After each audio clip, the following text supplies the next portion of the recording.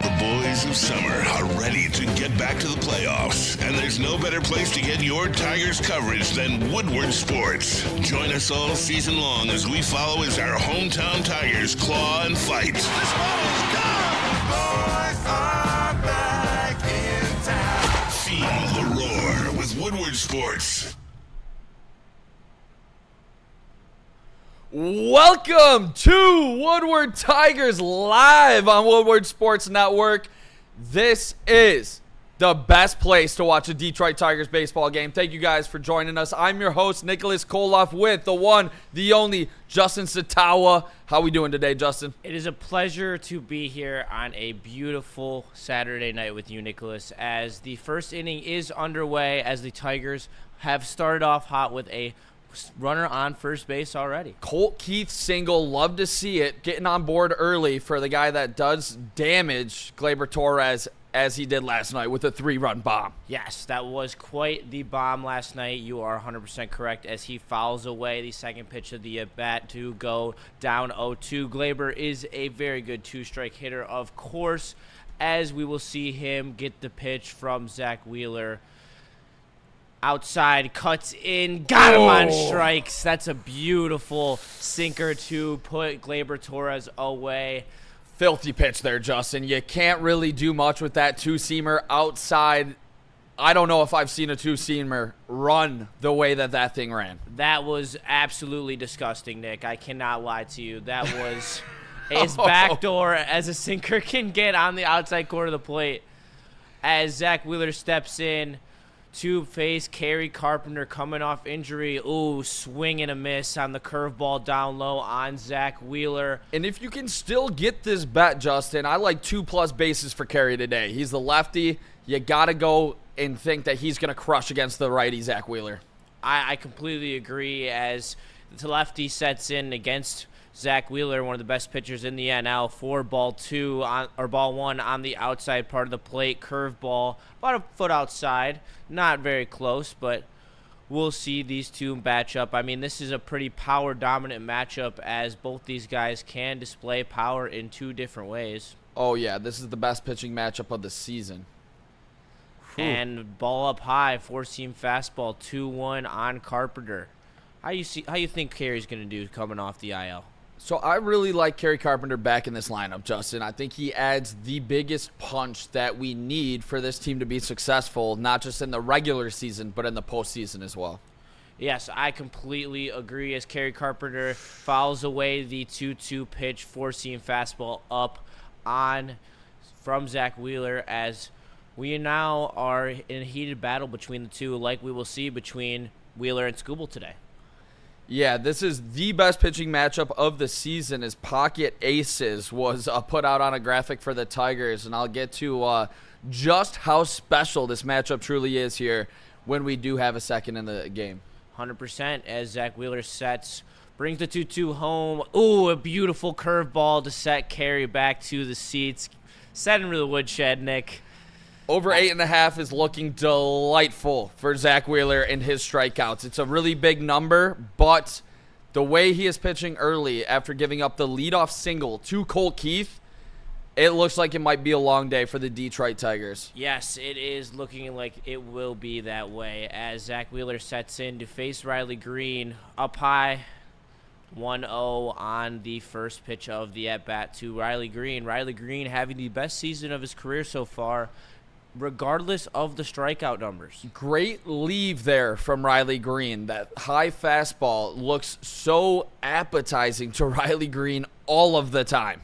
And so for him to lay off that first pitch fastball above the strike zone, I think is a big step for him being, continue to be successful. I completely agree, as the 1-0 is right on the outside corner. 97 painted four-seamer from Zach Wheeler. He is looking very good today. Yeah, that was an absolute paint job. Looking like Mr. Ross on that one. And the 1-1 outside just missed with the curveball from Wheeler, as he is showing every bit of the class that he is known for around the major leagues right now. Yeah, Zach Wheeler truly is one of the best pitchers in all of baseball. I'd say he's in the top three with Skeens and Skubal. I would completely agree as Wheeler comes with the 2-1. Top of the zone, nips the top corner with a 90-mile-an-hour cutter just breaking away from Riley Green. Can't do anything with that, Justin. You really can't. It would be a dribbler to left field. Yes, and now with 2 away, Riley Green has to find a way to come up with a big hit. The 2-2 from Wheeler outside. A nice battle between the two all-stars at the moment. Great leave there by Riley. Way to stay away from it. If I'm Wheeler, I'm probably going slider down. If he can hang it a little bit, let's see if Riley can do a little bit of damage on this one, but I think it's coming slider here. And here's the 3-2 from Wheeler on Riley Green, and swing and a miss. Give him the sword. The sweeper got him in the bottom of the zone as the Tigers fail to capitalize on the first runner on of the night. Yeah, that right there, like I mean, picture perfect right there, the way Zach Wheeler strikes out the side as the strikeouts are looking good. But the big thing right there was he did do the sweeper down. He didn't leave it up. He put it outside in the zone, or outside of the zone, and that was Riley Green. A little bit of that swing and miss that we talked about. Even though the strikeout numbers are up, he's been our best hitter, but it still is concerning when facing elite talent like Zach Wheeler. It's going to be a long That is day. the question mark around this Tigers lineup, and another question mark is the bullpen, as yesterday we experienced what you like to say, a blow-up in the back end of our bullpen as the Tigers completely fell apart, not losing just one lead, but 2 leads in that game. Nick, how you feeling about this bullpen right now? Disaster scenario, nightmare fuel, and just broken, shattered dreams, Justin. That's how I felt last night watching that game, because the blow-up that they had was their best guys that got beat last night. That's what scares the living shit out of me, Justin. That could happen in Game 5 of the ALDS at home against the Seattle Mariners team with the bats like the Phillies have. That scares me bad. Tyler Holton didn't look good. Will Vest didn't look good. Hanafi, hope you like Toledo, because he just got sent down to Triple-A. Surprising Right after move. winning reliever of the month. I just saw that on Instagram today. Well, this is a scary Philadelphia Phillies lineup, as you just mentioned, as they look absolutely fantastic. And this is the type of lineup you're going to have to face when you are in big playoff games like this team is hoping to be in, as Tarik Skubal, the Goliath, steps in for the first pitch of his day into Trey Turner, paints the outside, 96-mile-an-hour fastball, 4-strike-1. Pounding strikes early. You want to see that. That's what you've been accustomed to seeing from Tarik Skubal. Yes, 100%, as Trey Turner waves and fouls away the second pitch of his at-bat. A nice changeup low in the zone from Tarik Skubal. Feeling great about Skubal on the mound. Obviously, we have a tall task with Wheeler on the other side. If we can give them 2 to 3 runs, I think we're winning this game, Justin. And here comes Skubal, 0-2 upstairs on Trey Turner. Ooh, came out kind of gingerly. Music on that one for the All-Star, as Tarik Skubal is looking to win his second Cy Young in 2 years, as he is, I would firmly like to say, the front runner for the award at the moment. For sure, heavy favorite there for Scoob. Scoobs with 3 on the pitch clock, 1-2, fouled away by Trey Turner, fights off a nice inside place fastball. Tried to saw him off there, as Tarik Skubal is looking like he has the outsides controlled, especially pitching to such a batting average. And strike 3, Tarik Skubal sends him down. Let's go. Nice four-seam fastball to put away Trey Turner, one of the best leadoff hitters in the National League, and that is exactly what you want to see. I'm fired up, Justin. This is going to be the best pitching matchup of the season, and we get to break it down live for you here on Woodward Tigers. Make sure you guys smash that like button. Share it with all your baseball buddies, your moms, your grandmas, your cousins. And as Tarik Skubal looks in on Cal Schwarber, and that is 0-1 for Skubal, as he capitalizes on another first pitch strike. First pitch strike and a rare slider to start from Tarik Skubal. Like that he's mixing this in, keeping Schwarber off track. And Skubal, 0-1 strike up in the zone as he throws another one by Kyle Schwarber. I mean, does he go changeup because it's the best pitch in baseball? I would believe so, as it looks like it's going upstairs. Four-seamer blown by Schwarber as Tarik Skubal starts his day with back-to-back strikeouts. Let's go! And he is looking as dominant as ever, rising to the occasion of this pitching matchup between Zach Wheeler. We are in for a treat tonight, Nick. You know that Tarik Skubal was ready to go. He probably had this game circled. The Phillies are one of the best teams in baseball. Going up against Zach Wheeler and this Phillies lineup, he just K'd two really, really good players in Trey Turner and Kyle Schwarber. And here comes another great player as Bryce Harper's 0-0 offering is low in the zone. Ooh, could have gone either way. A nice sinker by Tarik Skubal. That is what they like to call Fisher's bait in the fisherman's business. Love that quote. I've never heard it, but I love it. And Skubal's 0-1 to Harper, and he finds a hole between second and short for the base hit as Skubal has given up his first hit of the ball game to Bryce Harper. Yup. We will not be seeing a no-hitter today from Skubal. That looked like a fastball he just left in the middle of the zone. That's a good piece of hitting, though, by Harper, putting it right into the left center field gap. I do love Bryce Harper's swings. He is one of the most fluent strokes in the entire MLB. Yeah, Bryce Harper was a polarizing guy. Came up at the same time as Mike Trout, and they kind of took the MLB by storm back in the day. I'm a Bryce fan. Big Bryce fan as JT Realmuto steps in. 1-0 from Tarik Skubal as he just misses off the plate inside with the sinker. Tarik Skubal is now taking a different approach when it comes to JT Realmuto. He was going very at all the first three hitters, but here he goes 1-0 inside, paints the inside corner with a four-seam fastball. Yep. Love to see this. You want to see Skubal really close out Realmuto here because that pitch count is going to be a big thing, even with us throwing all of those bullpen arms that we did last night.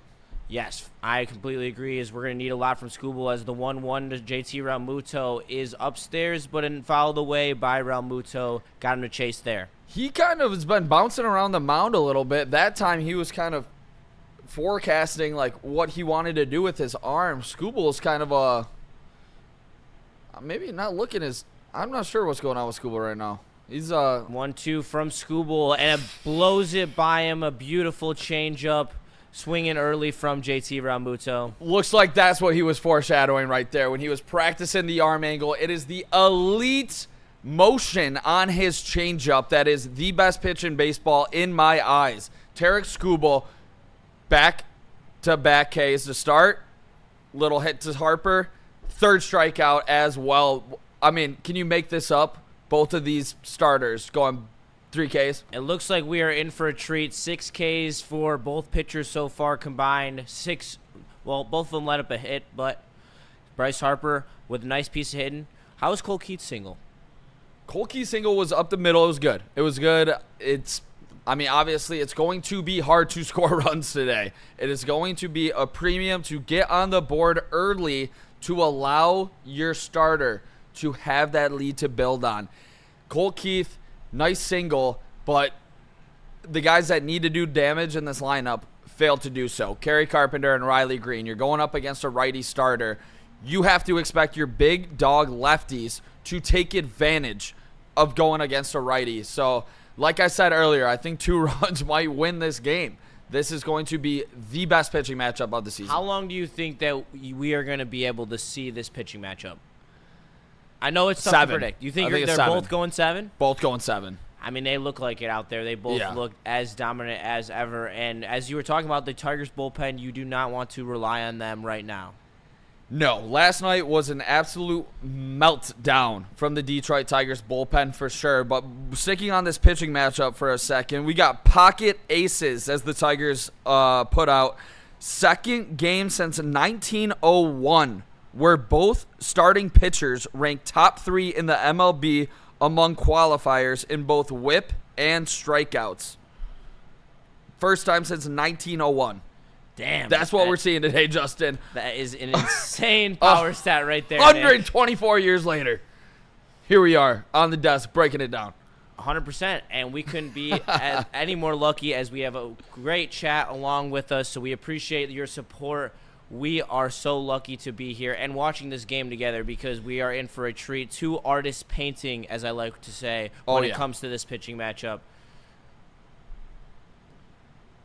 As Wheeler's 0-0 to Torkelson is fouled away as the second inning has led off.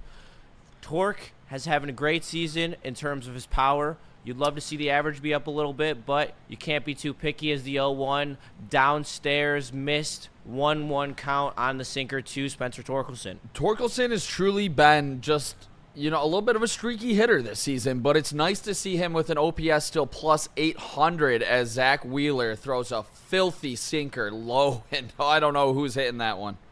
Yes, especially not a right-handed hitter where it's fallen away from him like that, as Spencer Torkelson now down 1-2, and this is a bad spot to be in against a pitcher like Zach Wheeler as he sets for the 1-2.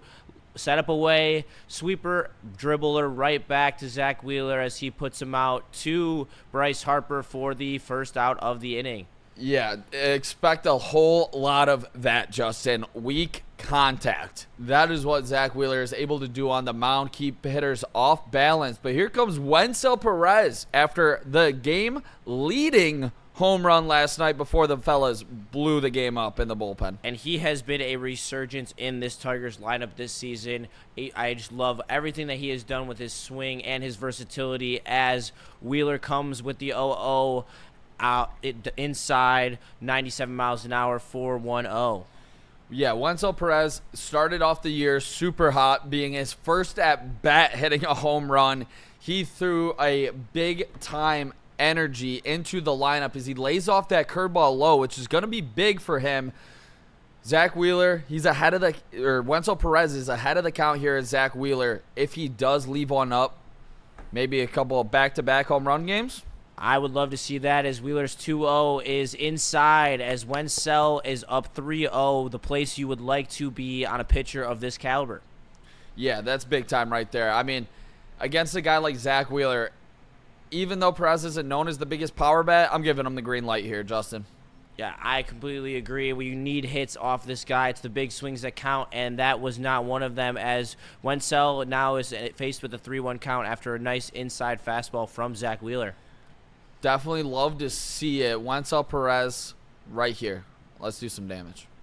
Wencel's 3-1 fouled away inside. That was a ball if he would have taken it. Don't love to see that, Justin. You got to get on base how you can against a guy like Zach Wheeler. And going down to 2 strikes, I think he goes right back to that slider low. Wencel's got to stay disciplined here. It looks like that as the catcher is set up over there as Wheeler's 3-2 comes in and is fouled away. A nice fight from Wencel to bring it to 3-2 after the foul. Jackaroo says Pirates were up 9-0 in the first inning, lost 16-17 to the Rockies. That is insane. I actually checked that score last night, and I was like, it was 15-12. I was like, what kind of game am I watching as Wheeler looks to put away Wencel Perez as he continues to fight another 3-2 sweeper fought off by Wencel Perez. Love to see him battle here, and that was Wheeler staying in the zone. I don't really know.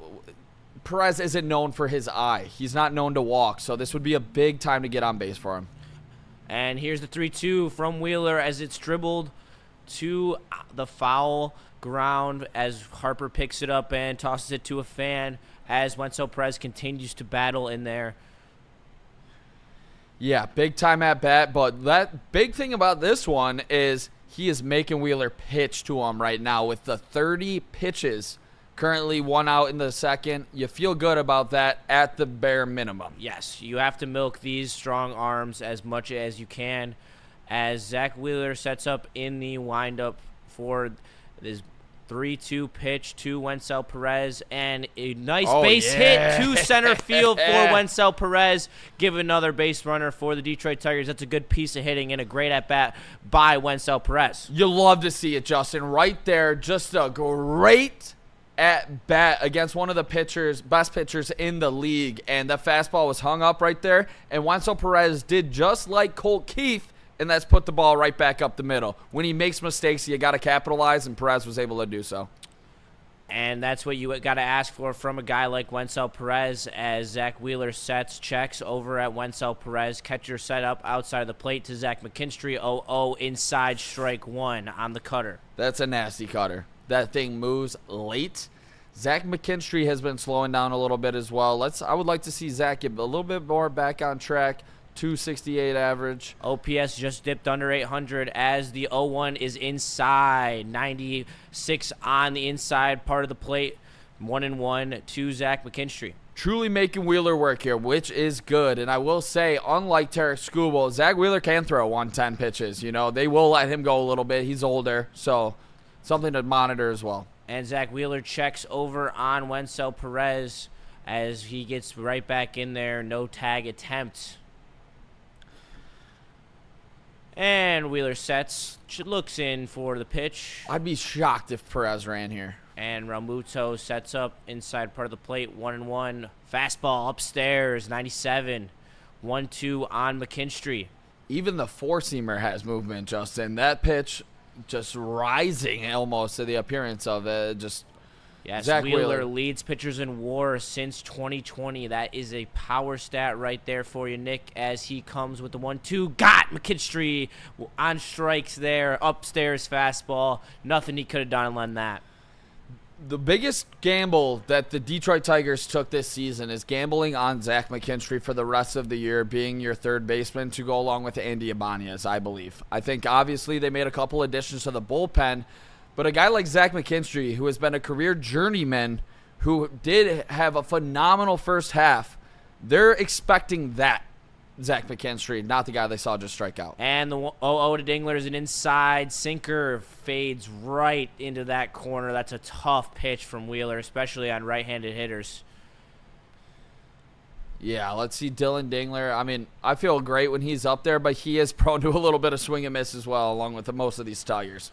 And Zach Wheeler's 0-1 on Dingler, and it's hit right to the third baseman for the third out of the inning as the Tigers go down with another single, but nothing else as Zach Wheeler continues to find his groove in this game. Yeah, I mean, you got runners in back-to-back innings on base, something you do like to see. I didn't think Colt Keith was going to run. Wenzel Perez getting a guy on base against a guy like Zach Wheeler is going to be, hard to come by in this one. Would you like to have seen Wenzel maybe try to take second to try to get a guy in scoring position, or do you think the risk isn't worth the reward there? Not on Realmuto. I think Realmuto is a very good catcher, and I wouldn't have risked him running there, especially because you're in the bottom of the order as well, and you had McKinstry up. I think McKinstry, he has one of the highest triples numbers in the entire MLB. I think he is prone to hit extra base hits. I wouldn't have ran Wenzel there.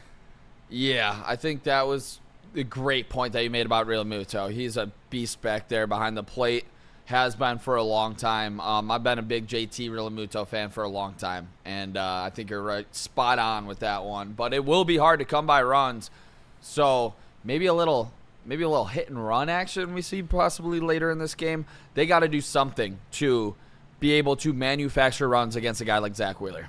And shout out to chat right now. We got some great people in here. We have Sandy, Grimm, Noah. Shout out to you guys. We appreciate you guys' support. If you're new here, make sure you smash that like button and subscribe. Smash. We appreciate everyone here. Woodward Sports is about the people, and we are for the people. So if you have any topics you would like for us to talk about in between innings, please let us know. We will be happy to answer any questions you guys have. We would like to try to keep it Tigers related, but a quick segue never hurt anybody. If you want to ask some Lions questions, we are a Lions I'm network all in, as well. yeah, for sure. I mean, but Lions, there's no need to talk about the Lions when this hoss takes the mound, and that is Tarik Skubal. Big time hoss. I mean, they're just throwing up stats right here. 50.7% chase rate, highest of any pitcher in the MLB.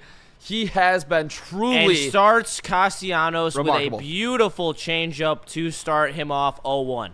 Best changeup in the game, and it's not even close. Tarik Skubal, hasn't he been a little bit animated on the mound tonight? Hey, look at him smile. I've never seen him smile before on the mound. Is that crazy to say? Have you ever seen Skubal smile on the mound? We got a pitch com issue? Now we got Castellanos laughing. You're not going to be laughing when he throws a 99-mile-per-hour fastball high and up. And here comes the windup from Skubal inside 97, giving it to him. That's a quick-looking 97, too. You know what they say.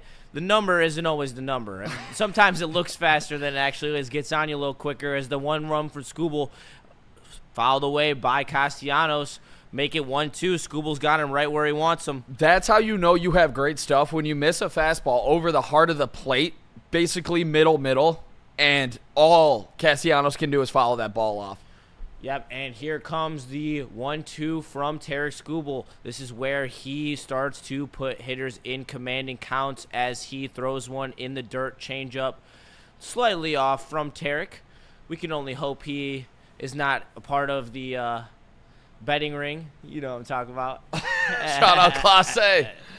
But that's only apparently for Guardians fans as Skubal sets in 2-2. Gets Castellanos on the changeup outside. And Tarik Skubal walks off the mound with a nice little strut as he sends Castellanos packing. You'll love to see it. This changeup is so damn filthy when he's throwing 97 inside. Gets you off balance, Justin, and he goes changeup outside. Castellanos just looks shocked there. Can't do anything with it. And that is 4 Ks for Tarik Skubal in 4 batters as Harrison Bader steps in. 97 on the black inside. 0-1 for Tarik Skubal. Yeah, this is just... It's a masterpiece, honestly, Tarik Skubal. And here comes another masterpiece away off the plate, another changeup, 1-1 count to Harrison Bader. Harrison Bader recently acquired by the Philadelphia Phillies from the massive sell-off by the Minnesota Twins. We'll get Nick's thoughts on that after this pitch as Skubal's 1-1. Beautiful changeup inside, got Bader swiping.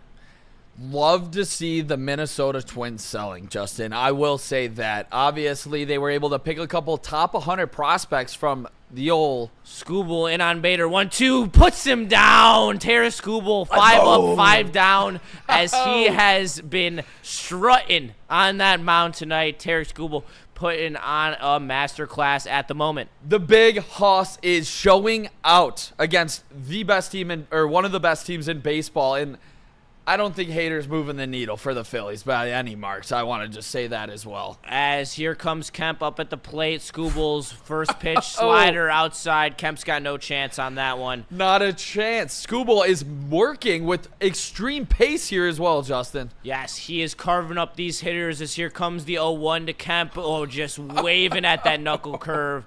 He is lost up there as Tarik Skubal is just locked in right now. He might have 27 strikeouts today, Justin. I wouldn't put it past him as he only has 25 pitches and Kemp on an 0-2 count to start the bottom of the second inning.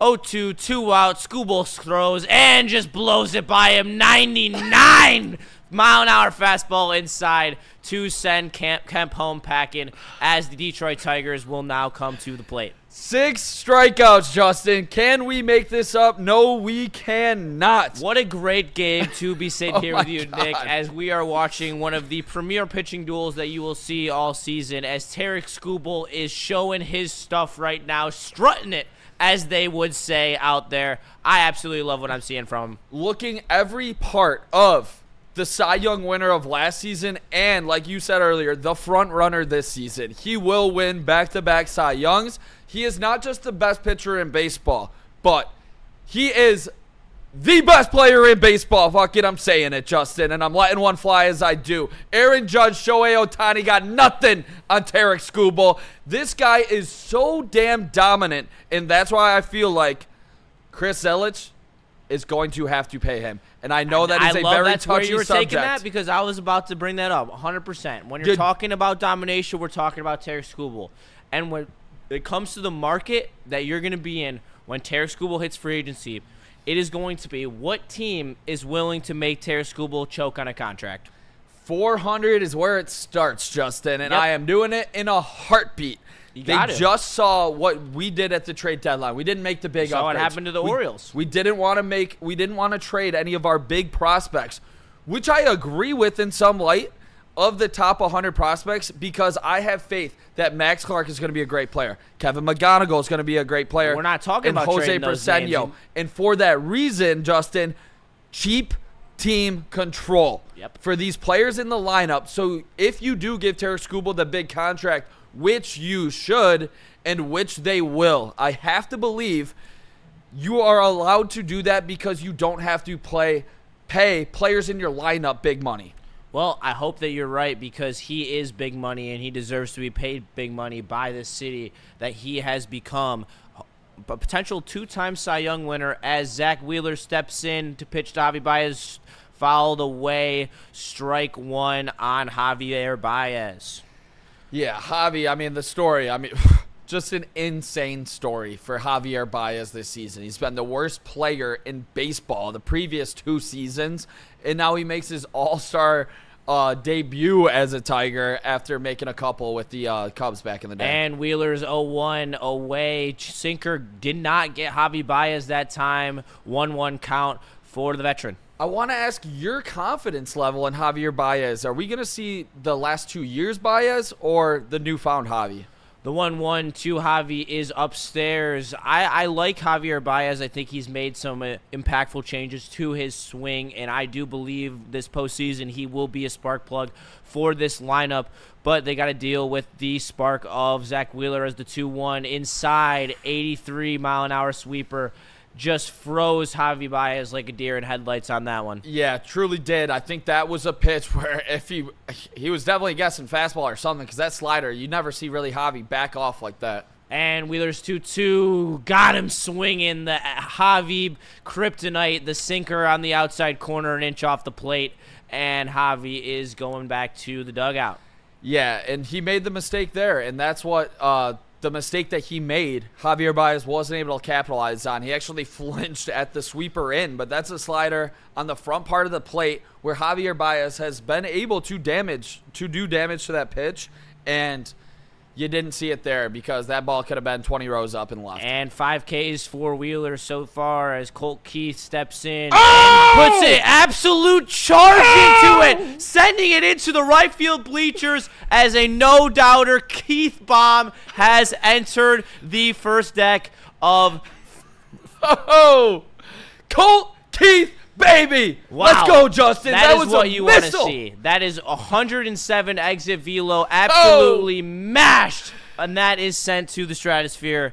A no-doubter by Colt Keith, and that is what you want to see against right-handed pitching. Colt Keith, AJ Hinch has the faith in him to put him in the leadoff spot. Guess what he did today? Starts out 2 for 2 with a single and an absolute moonshot to give the Tigers a 1-0 lead. And to be honest, it might be enough to win this game. Torres puts a drive on a ball that is going to be caught, and it is going to be the first out or second out of the inning. But Colt Keith gives the Tigers a lead on a center cut 4-seam fastball that he drived. What a beautiful swing, compact but smooth. That's what you want from a guy who has the body type to just put the ball out there and poke it.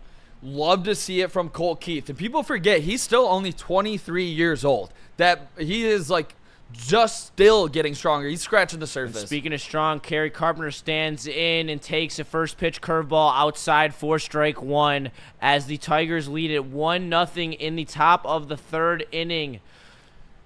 Love to see this. I mean, that's like, you could literally win this game because of that home run right there. That's what you're talking about. The stuff that Skubal has today, that might be enough. Yeah, and hopefully Kerry Carpenter can answer the call and do something similar as Wheeler steps in, ball down. Yeah, I love to see it. I mean, he made a mistake. Colt Keith was able to capitalize, and that's what's big. When an elite pitcher does make that rare mistake, you got to capitalize on it, and Tigers were able to do so early. Kerry Carpenter is a guy that can capitalize. Zach Wheeler sends a meatball in the top of the zone that Kerry Carpenter drives to right field, and it is gone. The Detroit Tigers take a 2-0 lead with 2 home runs in the same inning from Kerry Carpenter and Colt Keith. That is Kerry Carpenter's 18th home run on the season, and he sends it 381 with 102 exit velo, and the Detroit Tigers lead it 2-0 early. Bonds. Carry Bonds, that is. Let's go, baby. The lefty crushes right now for the Detroit Tigers, and they're going to be lefty crushers as big smiles and high fives light up the dugout, and the praise to Jesus, as Carey likes to do. He has been such a big difference getting him back in this lineup, not just for his at-bats, but the vibes in the clubhouse. Another difference maker. Riley Green takes an inside fastball, 0-1. Love to see this from the Detroit Tigers. I'm fired up. You're fired up. This team's fired up. And Skubal has a 2-run lead. As the 0-1 to Riley Green is poked on the away pitch outside the zone. That's a good piece of hitting by Riley Green, just taking that cutter away and just doing anything with it. But as they replay this Kerry Carpenter home run up in the zone, but you know how Kerry likes it. He's got that big butt, to be honest, which causes all the power, and he put it in driving that one. Riley Green, 87 outside from Wheeler, 1-2 count for Riley Green. Yeah, watch out for that slider down again for Riley. Prone to swing at it. I think they go probably right back to it. Oh. And away as he sends another outside pitch out into the foul territory on some tough pitches from Zach Wheeler. It's very tough pitches, but I'm still fired up about this 2-0 lead, Justin. Solo shots on mistakes made. That Kerry Bonds homer was insane. 1-2 to Riley Green inside, just off the inside corner of the plate. That was a nasty sinker by Zach Wheeler. Could have been called a strike, but we continue on this at bat. 2-2. Wheeler sets in his windup. Looks into Realmuto. 2-2 inside. Nice piece of hitting by Riley Green, but it is right at the second baseman, as that will retire the Detroit Tigers, but they're able to capitalize on 2 runs from 2 home runs by Kerry Carpenter and Colt Keith. Yeah, you love to see it from Kerry Carpenter and Colt Keith, 2 guys that are going to have to be very pivotal pieces for this Detroit Tigers team if they want to be successful, especially against going like a elite right-handed pitcher in Zach Wheeler. He made the mistake to Colt Keith over the middle. Honestly, the fastball was kind of up to Kerry, and he was able to speed that bat up and just annihilate that baseball. To be honest, off the bat, I didn't know if he got a hold of it, Justin, but that ball just kept on carrying. Yes, it did, and that is the power that Kerry Carpenter has in that bat. But the one thing that I think we forgot to grab on the trade deadline was that right-handed bat that we all wanted and talked about. I do think this team is good enough to compete in the American League with this lineup. There is so much power on some of these other teams in the AL, Nick. It is some cause for pause. Yeah, it's a little bit concerning to see some of those upgrades, even though the Yankees upgrades just had an absolute meltdown last night. They're 2 new additions. So obviously you want to be a team that does, make the big splash. And Scott Harris has talked about making the big splash. And he said, we will be that team in the future that does get the biggest name. Yep. At the deadline, he spoke on that. But I think still early in his tenure, he's still trying to maneuver how to work a trade deadline. That's what I said. I think that he is showing that he is a little bit inexperienced when it comes to negotiating trades. You see the way that some of these power franchises are able to leverage these minimal losses of prospects. No one in the top 100, essentially. There was only 3 traded at the deadline. I think we could have been able to capitalize on that, but I'm not going to sit here and if, ands, or buts. We got the rest of the season to come around, and Tarik Skubal's first pitch of the at-bat to Sosa is a ball on the inside part of the plate, as I am just excited to see Tarik Skubal work with low pitch count and a lead, as his 1-0 pitch is a strike outside corner of the plate, 4-seam fastball for Tarik Skubal. Yeah, love to see it right now. Checking out the chat. Make sure you guys smash that like button. Woo-hoo! That changeup, Justin, is absolutely filthy. Was absolutely beautiful, as he gets Sosa on the 1-1 changeup to make it 1-2. As we are wearing suits, by the way, because we are serious about this. Tarik Skubal steps in 1-2. And upstairs on Sosa, fouls it away as Sosa is battling hard against Tarik Skubal. I just wasn't going to leave you out in the wire, man. I knew you were going to wear a suit, so I was like, I'll match your energy. I'll wear a suit. I can rock it. I can be crispy. We out here on the desk. The Tigers are doing their part. We're doing ours here, Justin. As the chat's doing theirs as well. Smash that like button. Throw your comments in. It's an honor to be here with you, chat. As Skubal 1-2 on Sosa, saws him off for another foul ball. 1-2 it remains. Goes fastball high there. I gotta think that he's going change up low, changing that eye angle for the hitter, and I think it's gonna be a swing and a miss on a change up low and away. I hope so, that you're right, as Tarik Skubal looks to deal upstairs, and it's just lightly tapped out. Dingler's going to take care of that one to Spencer Torkelson for the first out of the inning. He barely got a piece of that. Should have been a strikeout, but that's okay, as the Detroit Tigers and Tarik Skubal is able to induce weak contact from the hitter there, and Dylan Dingler looking like an absolute athlete right there from the catcher position. Love to see it. He takes mound, gets out there, able to throw an absolute dart to Spencer Torkelson. Yep, a great defensive play by Dingler as Wilson steps in. Walter Wilson is not having the best year of his career, but he is still a pivotal part of this Phillies bench as Tarik Skubal starts him off 0-1. As he continues to look calm and collected, the pitch is low. Changeup in the dirt. Make it 1-1 to Walter Wilson. You want to see Tarik Skubal just attack this guy. I mean, sub 200 batting average. He's hitting 184. You want to see him just go after him, not try to use too many pitches to do so. I completely agree, as he has kept that pitch count low. The 1-1 inside low changeup got him 2-1 now for Tarik Skubal, who is losing a little bit of that strut as he is coming a little bit pacier at these hitters in a little slower fashion. But the 2-1 from Skubal, and outside 96 out over the outside batter's box. Rare here from Tarik Skubal to get in a 3-ball count to the 9-hitter. This is something we rarely see, and I'm in shock right now, Justin. You better not walk him. I am as well. Skubal gets Wilson to chase on an outside sinker, make it 3-2, fill him up on Walter Wilson as Tarik Skubal looks to capitalize on the full count. I would expect him to, as he is one of the toughest pitchers to face when you have 2 strikes against him. This is big for the 9-hitter to get in a 3-2 count. Yes, sir, especially with the pitch count, as he fouls away another inside fastball. He put it right on the inside corner. That was a beautiful pitch by Tarik Skubal, but he cannot put Walter Wilson down on strikes. The chat's insane.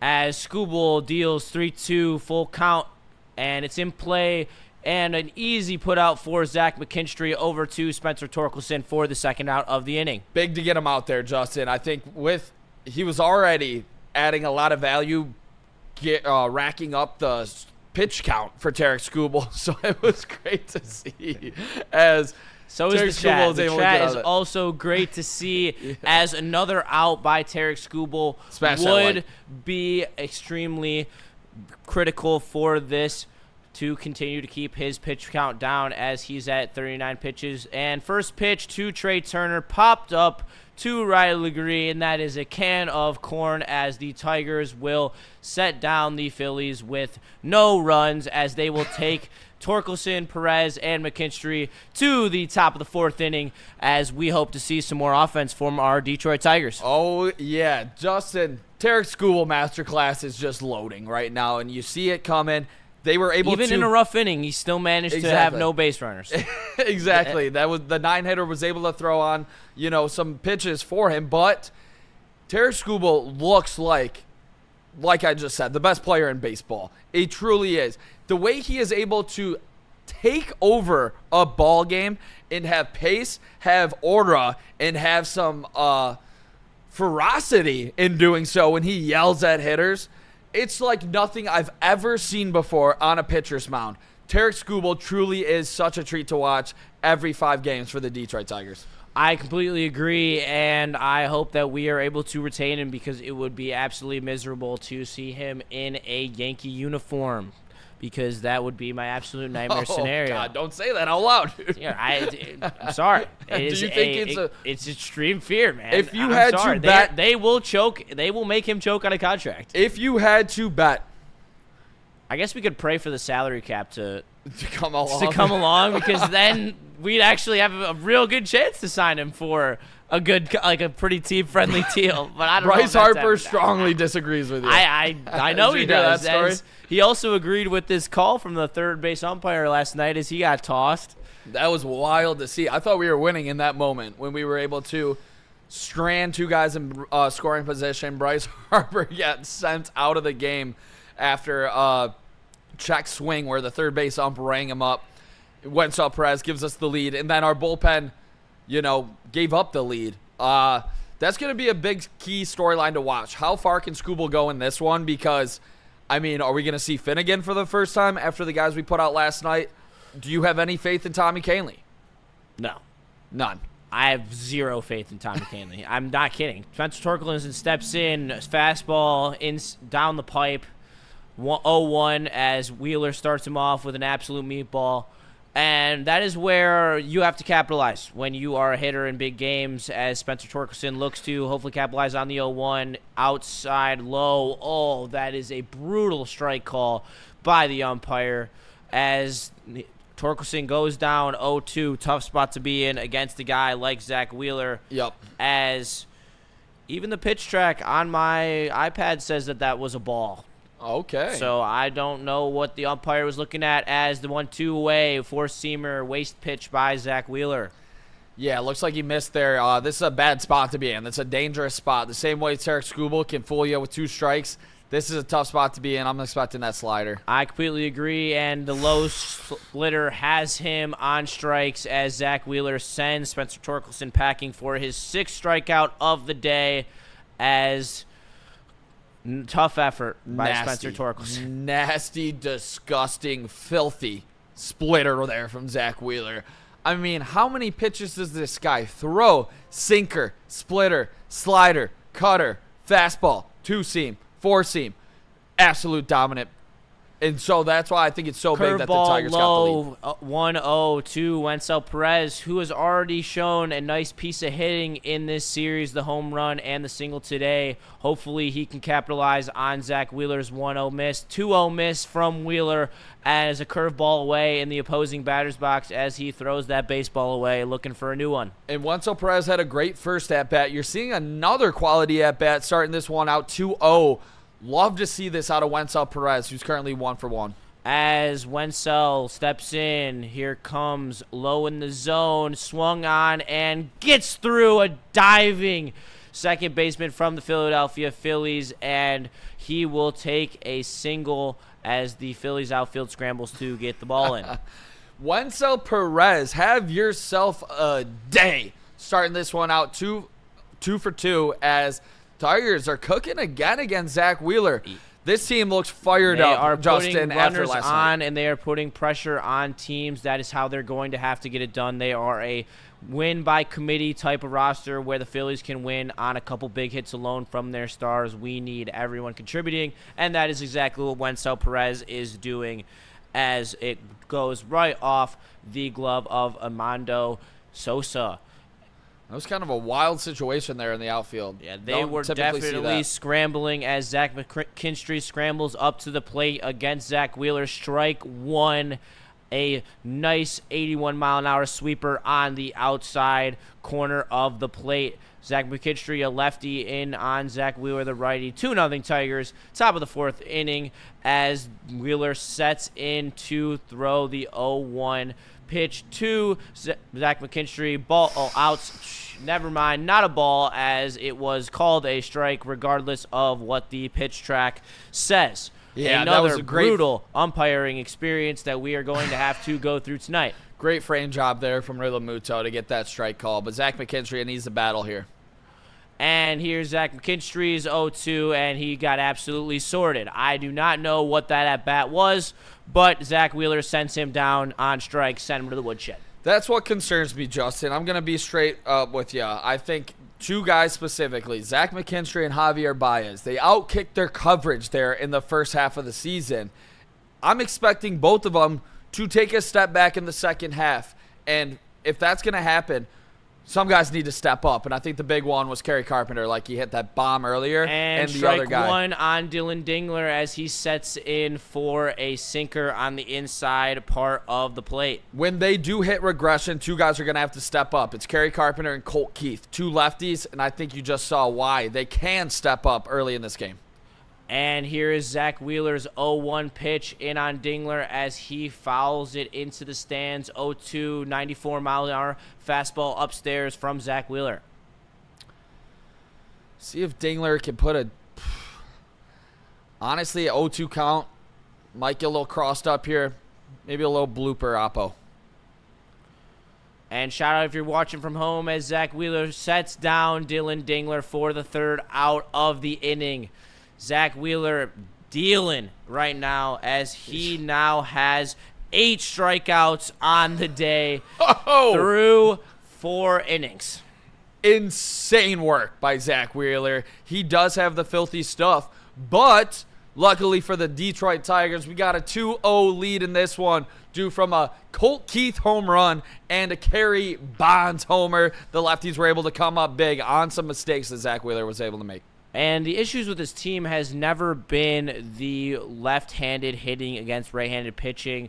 The issues has always been the no big bat from the right-hand side. Jahmai Jones has certainly helped that cause for sure. Ibanez showing a little bit of resurgence. It would be huge for him to be a chess piece on this team moving forward, as he proved last year that he can get some big hits down the stretch. How are you feeling about the situation when we do face left-handed pitching? We got Casper saying hello to us as the lights are flickering on and off. Yeah, but that kind of scared me. So against the tough lefties, like we've been able to win games going against lefty starters. I don't want to say we haven't, but it's the elite ones that scare me, Justin. I think you saw last night when Ranger Suarez was tearing up this lineup besides a guy like Gleyber Torres that was able to get a hold of one. You're going to need your Gleyber Torreses, your Spencer Torkelsons, and your Dylan Dinglers to truly do damage to lefties when we play them. Would I have liked to get Eugenio Suarez in here? Yes, I would have. I think that was the biggest mistake of this trade deadline was not landing Eugenio Suarez. Do I think they can overcome it? Yes, I do. Hesitantly, I say that.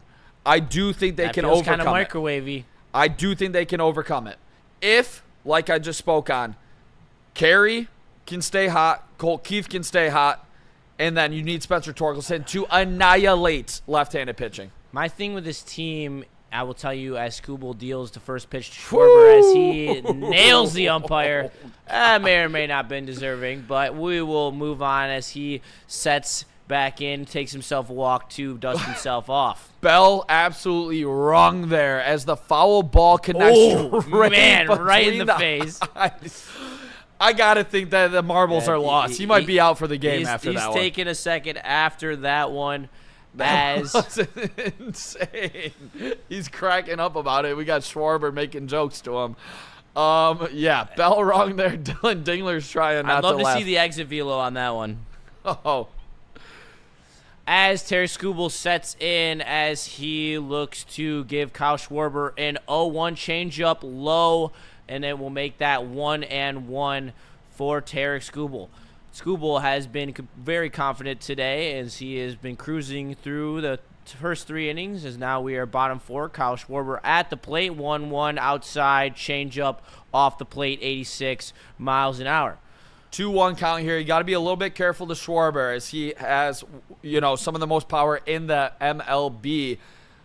Tarik Skubal 2-1 on Schwarber. Nice pitch, four-seamer outside of the plate, fouled away by Kyle Schwarber. Kyle Schwarber, one of the biggest power bats in the entire major leagues, as we will make sure that we hit the comments about the robo umpires in between the next 2 innings, because that is a very interesting topic, and we appreciate you guys throwing some topics out in the chat, because robo umps are extremely prevalent, as Tarik Skubal wishes that he had won the 2-2 sword as he sets him down, as Tarik Skubal has now put away 7 Philadelphia Phillies in 3 1/3, as that is as soared as you can see as he puts Kyle Schwarber in the blender right there. Love to see it, Justin. And you know Rob Friedman, the pitching ninja, is going to be all over that one on Twitter as Tarik Skubal is dominating this Philadelphia Phillies lineup. And here comes Skubal to Bryce Harper as he leaves it over the plate, but it's not going to matter as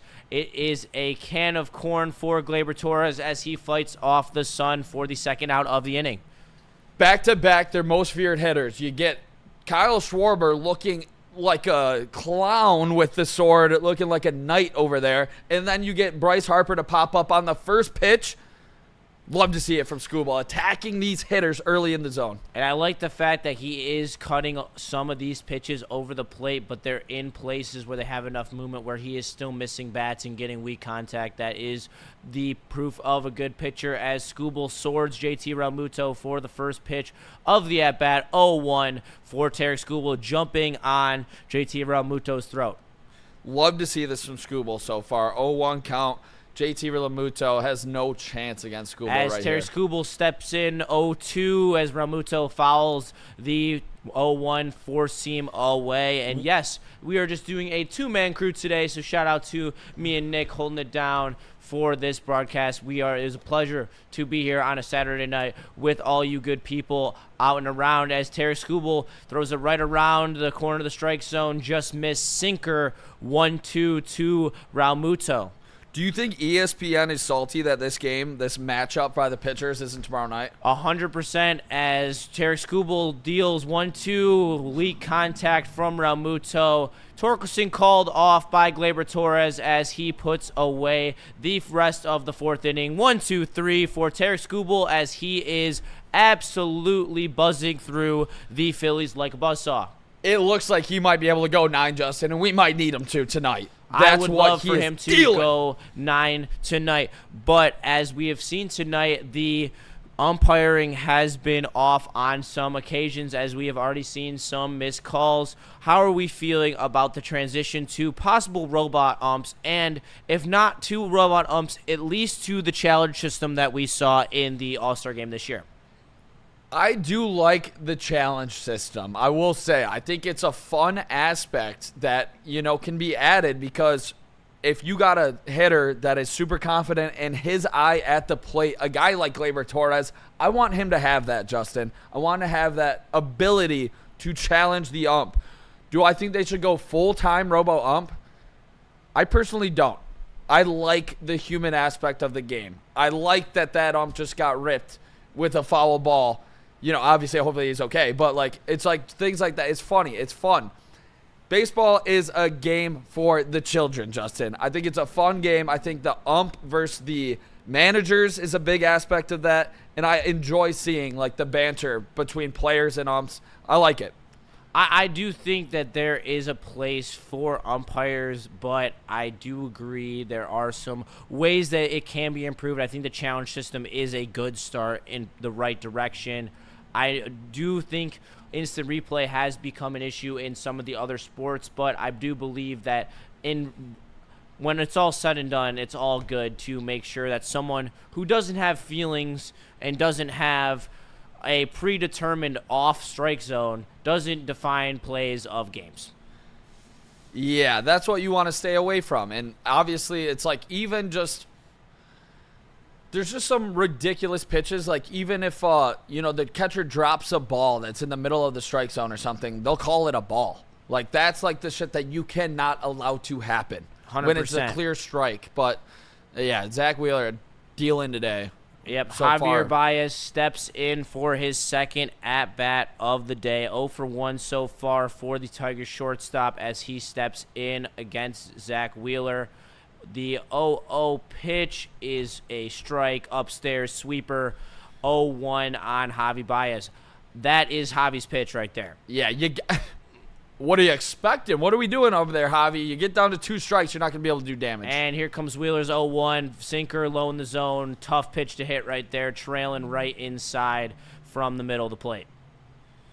Yeah, this is danger zone right now. You're swimming out to the deep end if you're going down 0-2 against a guy like Zach Wheeler. I'm expecting a K here. And here comes Wheeler, 0-2 to Javi, down low. Javi chases it out of the zone. Splitter low and inside as Javi protects with 2 strikes.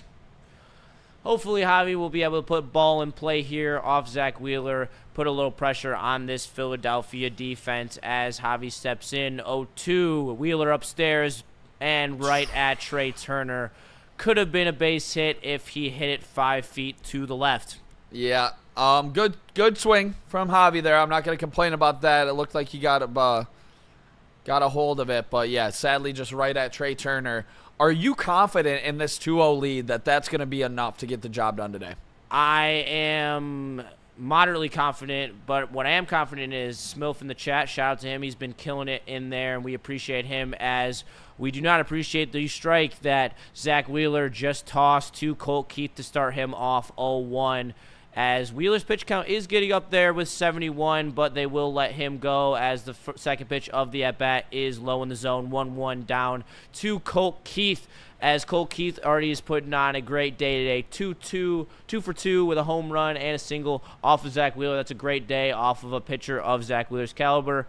And he steps in, puts a nice little drive, and finds the hole between Sosa and Bryce Harper to give himself a base hit to start off the, hopefully, another rally for the Detroit Tigers in the top of the 5th inning. Colt Keith, have yourself a night, young man. He is seeing beach balls at the moment, putting on some great contact. His swing looks absolutely fantastic. It is compact, it is short, and it is smooth. That is exactly what I expect from Colt Keith, as he is the first player with a 3-hit day off of Zach Wheeler this season, as Gleyber Torres steps in, fouling away the first four-seam fastball of the at-bat. 0-1 on Gleyber. You'll love to see this from Colt Keith, Justin, and I think I would put him at third base right now, because you can't take Gleyber out of the lineup. Obviously, you got Carey and right. You got to find a way to get Colt Keith in the lineup every single game, and he has to learn how to hit lefties, but he's crushing righties. Yes, he is, as Gleyber sends a ball up the middle. Base hit for Gleyber Torres, as the Tigers are going to have 2 on, 1 out for the meat of their order, as they are looking to add some insurance runs for Tarik Skubal on this great Saturday evening. This would be big, Justin. Back-to-back hits off of Wheeler, rare to see, but you just got a little bit of a glimpse of what this lineup is able to do when they shorten their swings. 2 guys do it better than anybody. Colt Keith, when he is being compact, shortening the swing, and then right there in Gleyber Torres, 2 guys that can get on base for a guy like Kerry Carpenter. No doubt, Kerry Carpenter already put a drive into this baseball in one game today, as he sent one over the seats as he takes an 0-1 sweeper, bottom of the zone, to start off his at-bat. This is an exciting spot, exciting time for the Detroit Tigers. Obviously, that big loss last night, but they came back on fire today. Yes, they did. You love seeing everyone producing from this lineup, as Kerry Carpenter waves at a splitter in the dirt to go down 0-2. That is not what you want with runners in scoring position, but hopefully the Tigers will still be able to capitalize with Kerry with 2 strikes. Yeah, this is a dangerous spot to be in for Kerry Carpenter here. That was a big-time swing and miss. He was guessing wrong. I think he was leaning fastball. That sinker absolutely fooled him. And we got some Max Anderson love in the chat about him at third base, so we can hit that on the break if you guys would like in chat for a little prospect spotlight, as Kerry fouls away the 0-2 cutter up in the zone. That's a tough pitch to hit, as it was running right into his hands. Yeah, tough one there to foul off, but this is a spot, God, I mean, 2-0 lead. I feel pretty good with Skubal on the mound, but if you can somehow find a way to get a run here, I love our odds to win the game. I completely agree, as the 0-2 to Kerry Carpenter waves at a curveball under the zone as he takes strike 3 and is sent packing back to the dugout. Beautiful pitch by Zach Wheeler, and just a little bit of a wave by Kerry Carpenter. Yeah, tough one for Kerry. Obviously, he already had the big home run in this one, so I'm not going to bash Kerry Carpenter, but that was a bad at-bat. Let's be real here. That was an uncomfortable not a great at-bat, as hopefully Riley Green is able to shift the tide of these last few at-bats from the Detroit Tigers, as he takes ball 1 from Zach Wheeler in the other batter's box. as the Detroit Tigers are looking to capitalize with 2 outs and adding some more insurance runs for Tarik Skubal as Zach Wheeler steps in. 1-0, fouled away. Nope, fair ball. Bryce Harper steps on first base to end the Tigers in the 5th inning as they are unable to capitalize with runners in scoring position. 7 hits on the day off Zach Wheeler, though, proving that they have some life against some elite pitching. I think it's great to see. I think it's great for this lineup, who has not been showing off 1 through 9 in a way that they have today. Yeah, love to see it for the Detroit Tigers getting on base. They were able to get in scoring position there. Don't love to see you get guys on first and second with only 1 out and you're unable to produce a run.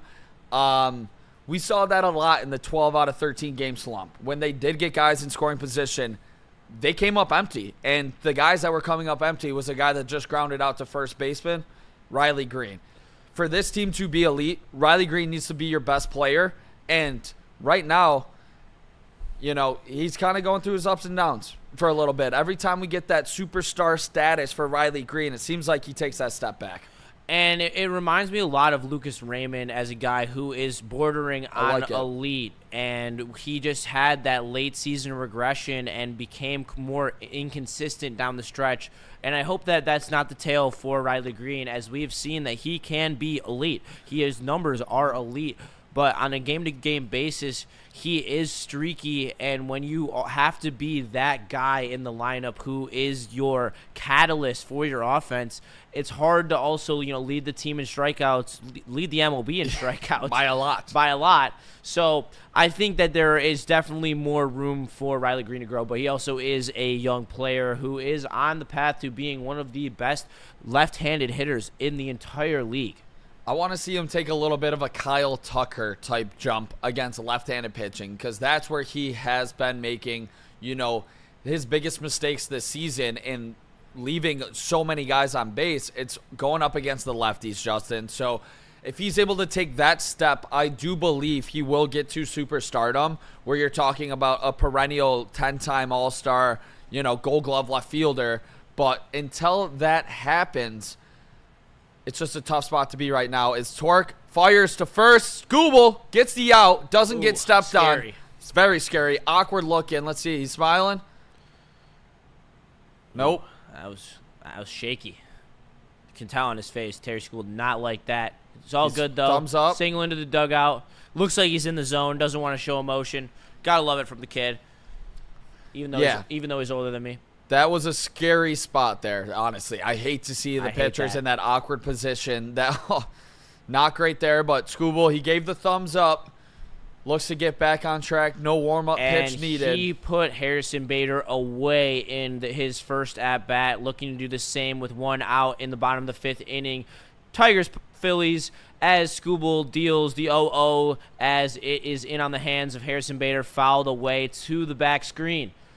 Great first pitch by Tarik Skubal as he continues to go after every single hitter of this Phillies lineup, regardless of who they are. Tarik with a slight bobble on the play on the Castellanos at bat as Bader gets a pitch right down the middle and fouls it away. Love to see it so far for Tarik Skubal. He's keeping the hitters off balance as haters already down 2-0 or 0-2. I think it's big time change up here, swing and a miss. And here comes Tarik Skubal's 0-2. Tried to blow by him at 98 miles an hour, but is fouled away into Dylan Dingler's chest. Yeah, it looked like Dylan Dingler might have got rang up there a little bit. Bell rung up top, like a little bit of head contact there. But Tarik Skubal, 0-2. Fastball up. I mean, I still like to change up low. And here comes Skubal looking to send Bader home packing. 0-2, low in the zone, change up. Waste pitch for Tarik Skubal, hopefully setting up this 1-2 for the strikeout. Big time for Skubal here. Bader, I mean, he's keeping these guys off balance. I think only 1 hit so far. Would love to see him get the strikeout. And here comes Skubal, 1-2. Got him swinging outside. That's a Scooby snack for Tarik Skubal. Fire! Throw it up and eat it, Tarik. You deserve it. That is an absolute beautiful pitch on the outside part of the plate. Harrison Bader stood no chance, swinging like he is swinging a fishing pole. That strikeout right there is just what it's all about for Tarik Skubal. The way he is able to change eye levels of a hitter and then go down with that changeup, it's magnificent to watch as he just throws another beauty to get ahead of Kemp 0-1. And shout out to Ski Mask. We appreciate all the love in chat. We are out here enjoying this beautiful pitching performance by Tarik Skubal as he throws another four-seam fastball fouled away by Kemp. Kemp standing in there after being chased out of the batter's box in his last at-bat by Tarik Skubal as he looks to do it again. 0-2. Tarik Skubal's got the pressure on him now. 8 strikeouts on the day, looking to make it 9 as Kemp may be the next victim of Tarik Skubal as he looks 0-2. High fastball, it seems. Got him! Put him away. Send him packing. Tarik Skubal, cool, calm, collected as Tarik Skubal walks off with a beautiful strut, sending the Phillies home in the bottom of the 5th inning. 2-0 Detroit Tigers. Are we seeing the best pitching performance of all time from Tarik Skubal today? What an absolute legend. Domination from Tarik Skubal, Justin. We are so lucky to be able to have Tarik Skubal, to be able to sit here on these microphones breaking down Tarik Skubal. Do you think it is a crazy hot take to say he is the best player in baseball, like I said earlier today? 100%. It is absolute masterclass, demon work by Tarik Skubal coming out here. He is not even showing emotion. He is putting on that black mamba face. Oh, yeah. He is out there to kill, and that's the type of killer instinct you need when it comes to the postseason, as the Detroit Tigers right now, I believe, sit second in the AL, as they would be looking at not being facing a wild card team. Who would you want to see in the playoffs in the first round? I'm going to tell you straight up, Justin, I'm not scared of the Yankees. I truly am not. They made some big upgrades to their bullpen. They don't scare me in the slightest, the New York Yankees. So I think we could take on the Yanks. One team I don't want to see, though, the Seattle Mariners. The upgrades that they made between getting Suarez and Naylor to go along with, you know, one of the best players in baseball, Cal Raleigh, and Julio Rodriguez, who took over Comerica Park in that series against the Tigs. That's a team I don't want to see with their starters up top between Wu and I apologize, I'm forgetting the righty's name, Castillo. And that one scares me a little bit. I think that we are going to be in a very tough position when it comes to the postseason, especially if we are playing one of these AL West teams. I think that every single one of them is very good. I think the Astros are very good. I think the Mariners are really good. The Rangers are really good. But the Detroit Tigers are also good, and they look to continue to capitalize on Zach Wheeler's day. The 2-0 from Zach Wheeler on Spencer Torkelson, waves at a sweeper outside the zone. Spencer Torkelson has looked pedestrian at the plate tonight. Yeah, hasn't looked comfortable against Zach Wheeler. Zach Wheeler's now pitching with a bunch of pace as he gets right back on the mound. Yep, and the 0-1 away, Realmuto just lets it bounce to the back screen because there is no one on base. So for everybody out there, the Detroit Tigers are still have the second best odds to get to the World Series in the American League. They had Vegas tries not to lie. You know, Torkelson sends a foul ball away on an outside sinker as he is now down 1-2 to Zach Wheeler, who already has 9 strikeouts on the day, looking for his 10th on Spencer Torkelson.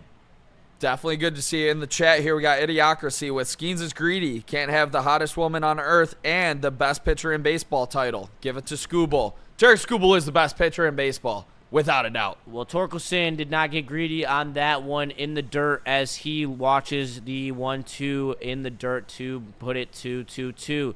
2-0 Tigers in the top of the 6th inning as Wheeler just absolutely gets Spencer Torkelson on a splitter in the dirt.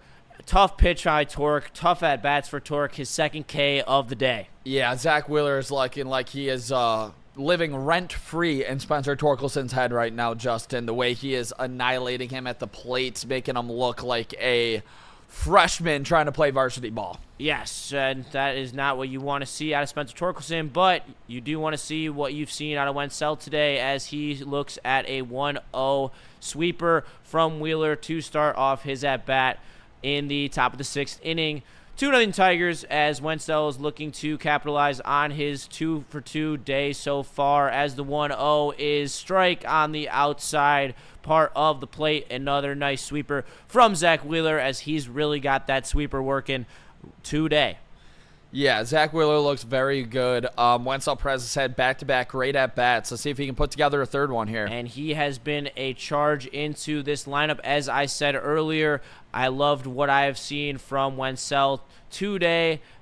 And thus far this season, ever since he came back off the IL, he has been a massive piece because of his switch hitting versatility and his defensive versatility in the outfield. As the 2-1 is swung on and a base hit into right field just past the glove of Edmundo Sosa at second base, as the Detroit Tigers have a base runner in the top of the 6th inning with 1 out from Wenzel Perez. And the first player this season to get 3 hits against Zach Wheeler was Cole Keith, but Wenzel Perez just becomes the second to do so. As the Detroit Tigers are finding production from everywhere in their lineup, which is what makes this team so special. They don't have that top-end threat that Aaron Judge, but they do have Riley Green and a bunch of other contributors, as Zach McKinstry, another one of those contributors, steps to the plate and fouls away his first pitch from Zach Wheeler to make it 0-1. And that's just the pitch that we saw him do damage on earlier in the season, and it seems like since the All-Star break, he's been missing those ones, and that's what's big to me.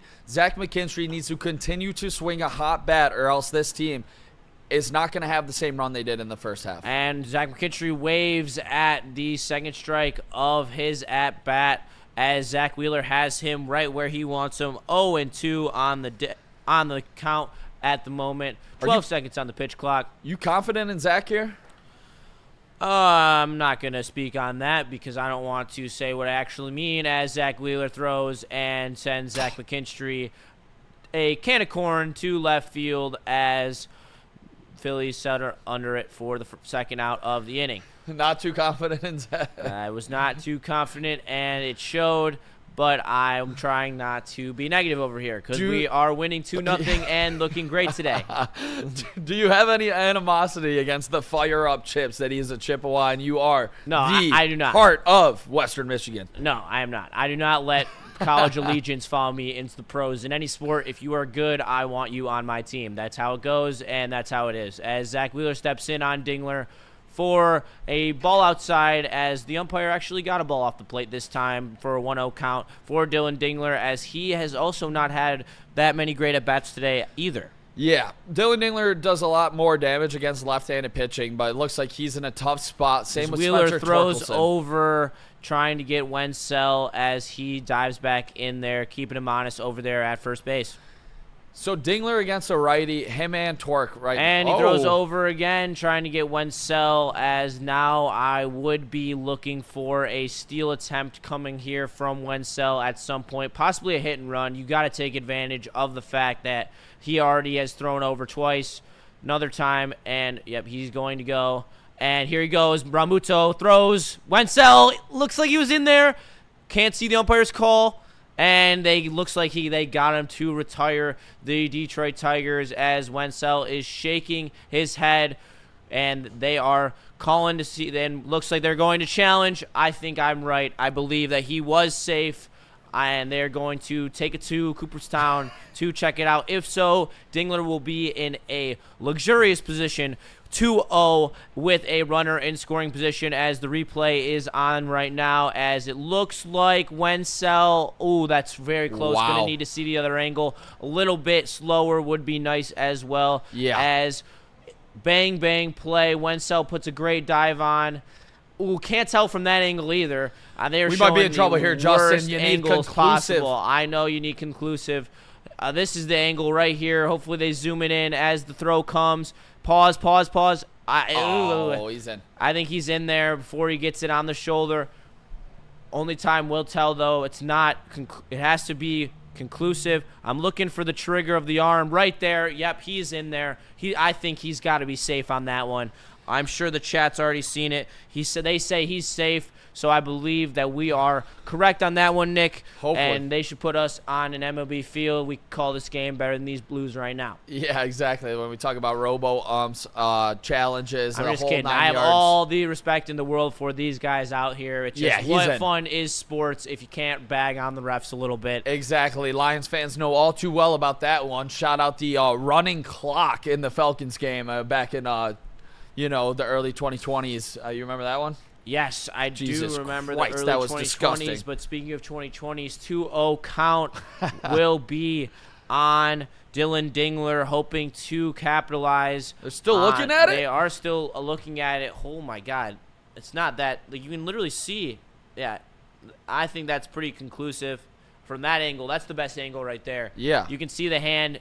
What I always look for is when you're sliding in, is your hand – like you see in the restricting motion from when your hand hits the bag before the ball hits the body. I think that – and, oh, that is What a terrible the hell? call. Oh, my. What a disgusting call. All right. Well, Also, I got to say, I didn't want to say it until he was officially out. What a terrible jump there from Wenzel Perez. He tried to go, went back. His motion was going the other way. they should just waited. And then, I don't. Should just waited another pitch. After he tried to go and then he had to resort back. I mean, I don't like that. It wasn't a bad jump, especially against Realmuto when you have that big of a lead and you have the chance to swipe in there. He did dive to the middle of the bag. Would it have been different if he dove to the back of the bag? That's the minuscule pieces of baseball that, can swing games with those type of plays. So Wenzel thrown out by Realmuto to set the Tigers down in the top of the 6th inning. Unfortunate. I think the pause after trying to run to get a head start, having to resort back and then start back up again, that was the difference in him being safe and out. That is all I'm saying. I don't hate the call there to send Perez because obviously I thought he was safe there. But, tough spot. But Detroit Tigers are still cooking. 2-0 lead in this one. It's getting – Skubal's pitch count is still looking great, but if we have to go to the bullpen, how confident are you they win this game? Not that confident, Yeah. to be honest. We saw last night. We had 2 different leads last night, and we came up short. I think it was very brutal. I know it was brutal to watch. I was watching it. So I just think that you got to get as much out of Skubal as you can. Hopefully Hinch can play the matchups the rest of the way, get the Tigers to victory tonight. How are you feeling about the bullpen, Nick? Skubal's at 61 pitches, though. Yeah. Through 5. I think that we're he could cruising. I think he could go complete game. Complete game I shutout. wasn't going to say anything like that. I was going to say you could go deep into the game, but if you're just going to go out and say it, be my guest. I'm saying it. I'm saying it. So, why not? I think Tarik Skubal is the best pitcher in baseball. I think he's the best player in baseball. Strike 1 as Tarik Skubal opens the top of the 6th inning to Edmundo Sosa with a strike on the inside part of the plate. Sosa 0-1 so far against Skubal as he swings at another fastball completely over it, as I believe Skubal, when he goes against inferior opponents, just starts going up there and quick pitching them. He's just like, Sosa, I'm sorry, man. You're not good enough for my time. I'm going to sit up here. I'm going to quick pitch you. 0-2 count on Sosa. Here it comes from Tarik Skubal. Waste pitch, outside changeup. Surprised he didn't just go for him. Still almost got the check swing, though, as Tarik Skubal looks to capitalize on this next pitch on Edmundo Sosa. On track. Here comes the Tarik Skubal, the equalizer here from Skubal, and he's got him! Sosa is put down by Tarik Skubal as the nonchalant Tarik Skubal has come out again to play, and Armando Sosa did not want to come play on Tarik Skubal's play structure. Love it out here. Yeah, it looks like they're playing like man off the wood chips as Tarik Skubal is just knocking these guys down. Not wasting any time with Walter Wilson as he throws ball 1, knuckle curve on the outside part of the plate.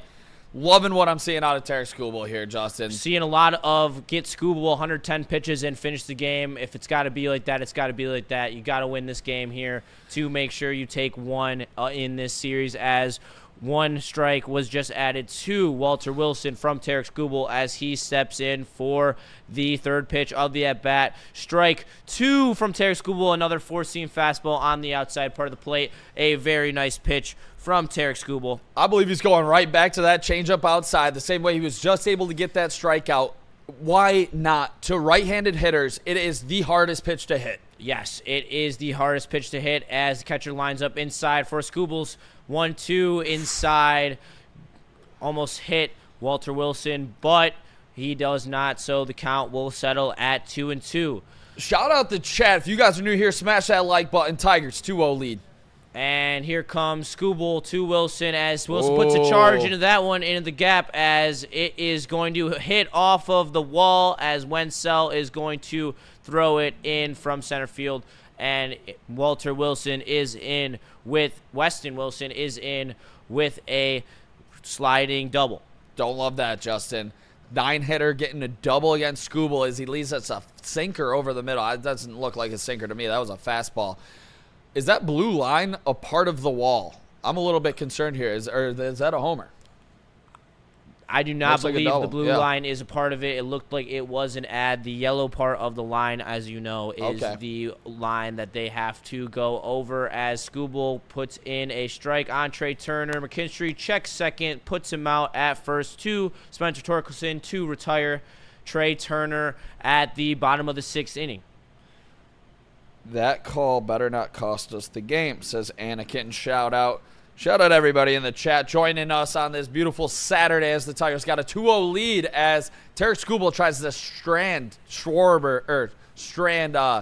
the Philadelphia Philly at second base against Kyle Schwarber. And if you have any topics or comments you want to be guaranteed to be read, you can always use that super chat function. We will read them, and we do appreciate it because it helps our bosses know that we are doing a good job. So please, if you are so inclined, hit the super chats. We appreciate you guys. Any support, though, likes, subs, doesn't matter. We appreciate it all because you guys make Woodward Sports the best sports network in Detroit. So as Tarik Skubal settles in as the best pitcher in baseball against the best hitter in the Philadelphia Phillies lineup, Kyle Schwarber steps to the plate 0-2 in a crucial situation, trying to get the Phillies on the board. As you look at that spray chart for his slugging percentage in the zone, anything inside or down the middle is a absolute rocket for him as Skubal throws slider number 1 outside in the opposing batter's box to Kyle Schwarber. Yeah, this is a tough matchup for both of them, to be quite honest. Two lefty on lefty, just powerhouses right here going up at it. And he is looking to throw another in on Schwarber as it is popped into foul territory. Riley Green going after it. Slides in, makes a beautiful catch by Riley Green. Tarik Skubal fired up about it. What a catch by Riley Green as he wipes some dirt out of his eyes, as that is a remarkable catch. The body jerk that he got once he hit the ground, but that was spectacular sliding catch by Riley Green. What I would say he is known for at this point is those sliding catches, as he's able to hold on through some vicious ground contact. Give that man a gold glove, Justin. The left fielder, Riley Green, cooking with that one, helping out his ace, Tarik Skubal, as he's got 2 hands up, loving it. Then Tarik Skubal, more importantly, is able to strand a runner on second to retain a 2-0 lead. Great play from Riley Green there in left. Love to see it from the young star. And, nothing like helping out your pitcher a little bit with some great defense. Yes, 100%. And shout out to Sean Belizean in our company chat right now. 3-2 loss incoming, by the way. I hope not, Sean. I really do hope that one bullpen arm, which they will probably only have to rely on one, is looking like tonight, can get the job done, whether or not who that is. Shout out to the away fan. He is one of the best Red Wings fans at the network, and I appreciate all the support. Look at these jabronis in sport coats. Guys gotta relax. Much love, boys. Let's go Red Wings. Well, we just wanted to do that thing for you guys. I mean, Nick is all about the style. He did it his first week. Anson didn't match his energy. I will match Nick's energy. Shout out you, Justin. And I think we look sharp, personally. I enjoy wearing a suit, personally, so I do not mind, and I look good, feel good, do well on the broadcast, as we are hoping to have a good inning out of Dylan Dingler, Javi Baez, and Colt Keith as they are due up this inning. Could Colt possibly go 4 for 4, Justin? I think if he's facing a righty, you got a serious possibility of doing so.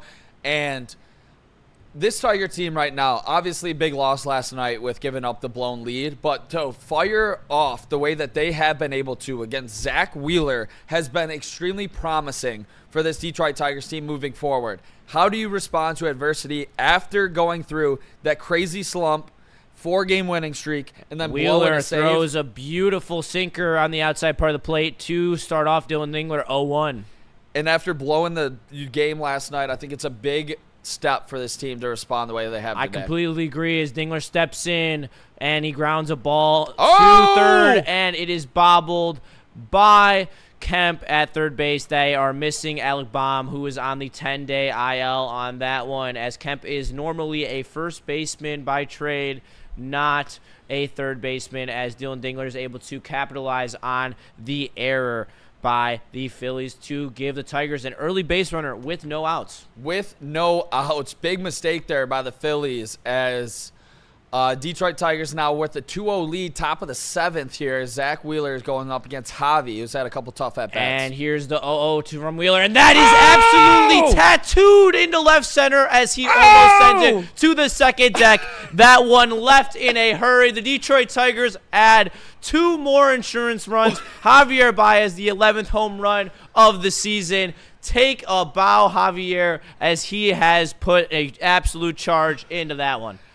Killian Murphy status there with an absolute nuke there, Justin. That was destroyed by Javier Baez.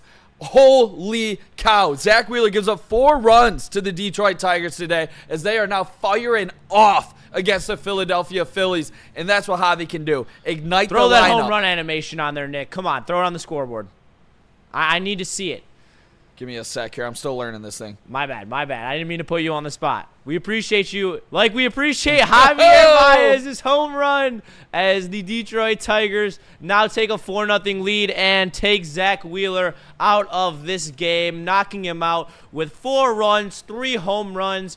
And for a team that is not known for the big bats, they're showing them right here as Javier Baez sends it into the upper section of the first deck. And Nick, I said it earlier, Javier Baez is the type of spark plug you need in a playoff run, and you need him doing things like that. If you get this Javier Baez that can, take over the game, Javier Baez, this Tiger team is going to be great, not just for, the regular season, but they're going to be great in the postseason.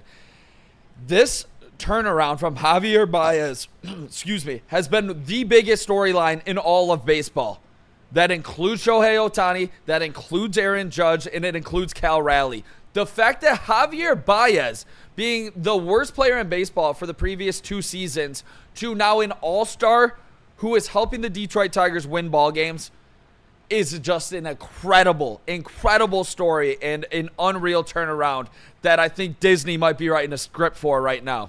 Well, they will be for sure if he's able to amount this success into the playoffs, where the question marks are the right-handed hitting. And that is a guy, if he is hot, he is a great right-handed bat to have in your lineup to hit some big home runs in some big moments. Because I can't lie, I do love his new swing. It's either a single or a home run, and I think it's a great way to live when you're able to raise that average up like Javier Baez has. And shout out to Neil, Javier Baez enthusiast. He said that, but still only the 3rd extra base hit of the month for Javi Baez. And as that's true, he's still playing some good baseball, and you can't be mad at the kid. Anytime you need any comeback down to earth moment, it's from Neil talking Javi Baez, finding any single light to shine on him negatively. He will do so. But love to see it from Javier Baez there. And Yeah, I'm feeling really good about this Tiger team right now. Colt Keith 3 for 3. Now he goes up against the lefty. This would be big to see him go 4 for 4. 0-2 start for Colt Keith. Not what you want to see to start this at bat, but we are looking for some continued success from Colt Keith. Good to see him get some looks against the lefty in a high leverage situation, though, as he needs to get those reps in.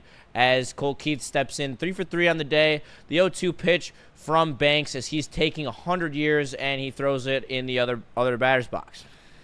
Yeah, big time pause right there from Banks. So 1-2 going up against the lefty here for Colt Keith. This is good experience to hopefully. Tanner Banks trying to screw this tempo as here comes the 1-2 outside away sweeper, second in a row in the opposing batter's box as he is doing whatever he can to try to get Colt Keith to chase after those outside pitches. This lefty on lefty matchup, I want to see Colt shorten that swing, go opposite field. Oh. And Colt Keith sends it opposite field as Kemp looks to retire him to Bryce Harper, as Colt Keith will not be going 4 for 4 today as he is stopped at 3 for 4, which is still a great day. Yeah, really good day there. Wow, those are some power stats that we're seeing right there. 17 whiffs from Tarik Skubal today, 10 strikeouts. He was equaled for some time by Zach Wheeler, but the 3 home runs allowed by Zach Wheeler was the absolute epitome of his day so far, as Gleyber Torres looks at ball 1 in the dirt from Banks in the first pitch of his at-bat. Yeah, Gleyber Torres, lefty Shout out to killer. Ryan. Love Gleyber Torres here. Shout out Ryan's reactions. Appreciate you, my dog. As Gleyber Torres steps in, 2-0 start against Gleyber. You're going to have to throw him a strike, especially from the left side. He's hitting over 880 against left-handed pitching this year, and OPS, and hopefully that is able to continue as the 2-0 is a strike. Did not look like it, in my opinion. It cut the outside corner very slightly. I don't know about that one, but here comes another one, and it's going to cut the outside corner again. Another questionable call according to the spot track as well for the pitch strike zone. We will see if Gleyber Torres is able to capitalize regardless of being in the 2-2 hole as he fouls away the 5th pitch of this at-bat, making it. He is one of the toughest out against left-handed pitching in all of the American League with the way that he is able to control the strike zone. Justin, I got to ask you, bottom of the 9th, you're down 1. You got guys at second and third. Continues to fight with the 6th pitch of the at-bat. Battled off, fouled to the back screen. They're showing Tarik Skubal. He is absolutely locked in. Doesn't even looking at the game. Literally in his own zone, his own head. That's what you want to see from the kid as Gleyber Torres steps in 2-2, puts the ball in play, sends pretty deep as it's gone. Gleyber Torres puts a charge into Tanner Banks' pitch, sending it after a great at-bat, battling off 4 different pitches. 7th pitch of the at-bat, sending it 424, 107, exit velo. Gleyber Torres with his 2nd home run of the series, and the Detroit Tigers are showing off those big bats today. Love to see this from Gleyber Torres. He is the lefty killer. 4 home runs in his last 6 games. You know him for his contact that he has brought to the Tigers in his top 10 in on-base percentage. But now you are seeing the power bat that he had when he was on the Yankees. I don't need him to be the big power hitter, but goddamn, does it give you a little extra boost to this lineup, Justin? Yes, it does for sure, as Kerry Carpenter is pinch hit for Matt Vierling as he takes an 0-1 pitch for the first pitch of his at-bat. Love to see this as the Tigers are just piling it on now, 5-0. And here's the pitch, and it is up and away to Matt Vierling, still trying to find his swing this year, coming off of the IL, and we would love to have him as another right-handed weapon for this Detroit Tigers lineup. Yeah, Vierlings has looked tough. He recently got engaged over the All-Star break. Congratulations, Matt Vierling, as he takes a 1-2 ball in the dirt, slider, So maybe a little bit of weight lifted off of his shoulders. He's probably been weighing that for a little bit. Hopefully it can give him a spark on the field. Hopefully it can, as he is looking to battle back from this 1-2 count that he has amassed, as the first pitch of the fourth is a ball. And we are in the top of the seventh inning. The Detroit Tigers lead 5-0 over the Philadelphia Phillies, putting on a great performance so far as Matt Vierling looks to capitalize on a 2-2 pitch outside that he fouls away, continuing to battle in this at-bat, making it tough on Tanner Banks, who just has come in and already has 17 pitches in 1 inning. Yeah, Banks not looking sharp here. 2-2 to Vierling, and he fouls another away, continuing to battle. This is what you got to see out of Matt Vierling. If he's not going to show the hitting success that he showed last year, you're going to need him to eat some pitches. Exactly, and we got 2 super chats here from Dante151. Ball upstairs. And he says, can we take a moment to appreciate how well Colt Keith has been so far for the Tigers? It has been great.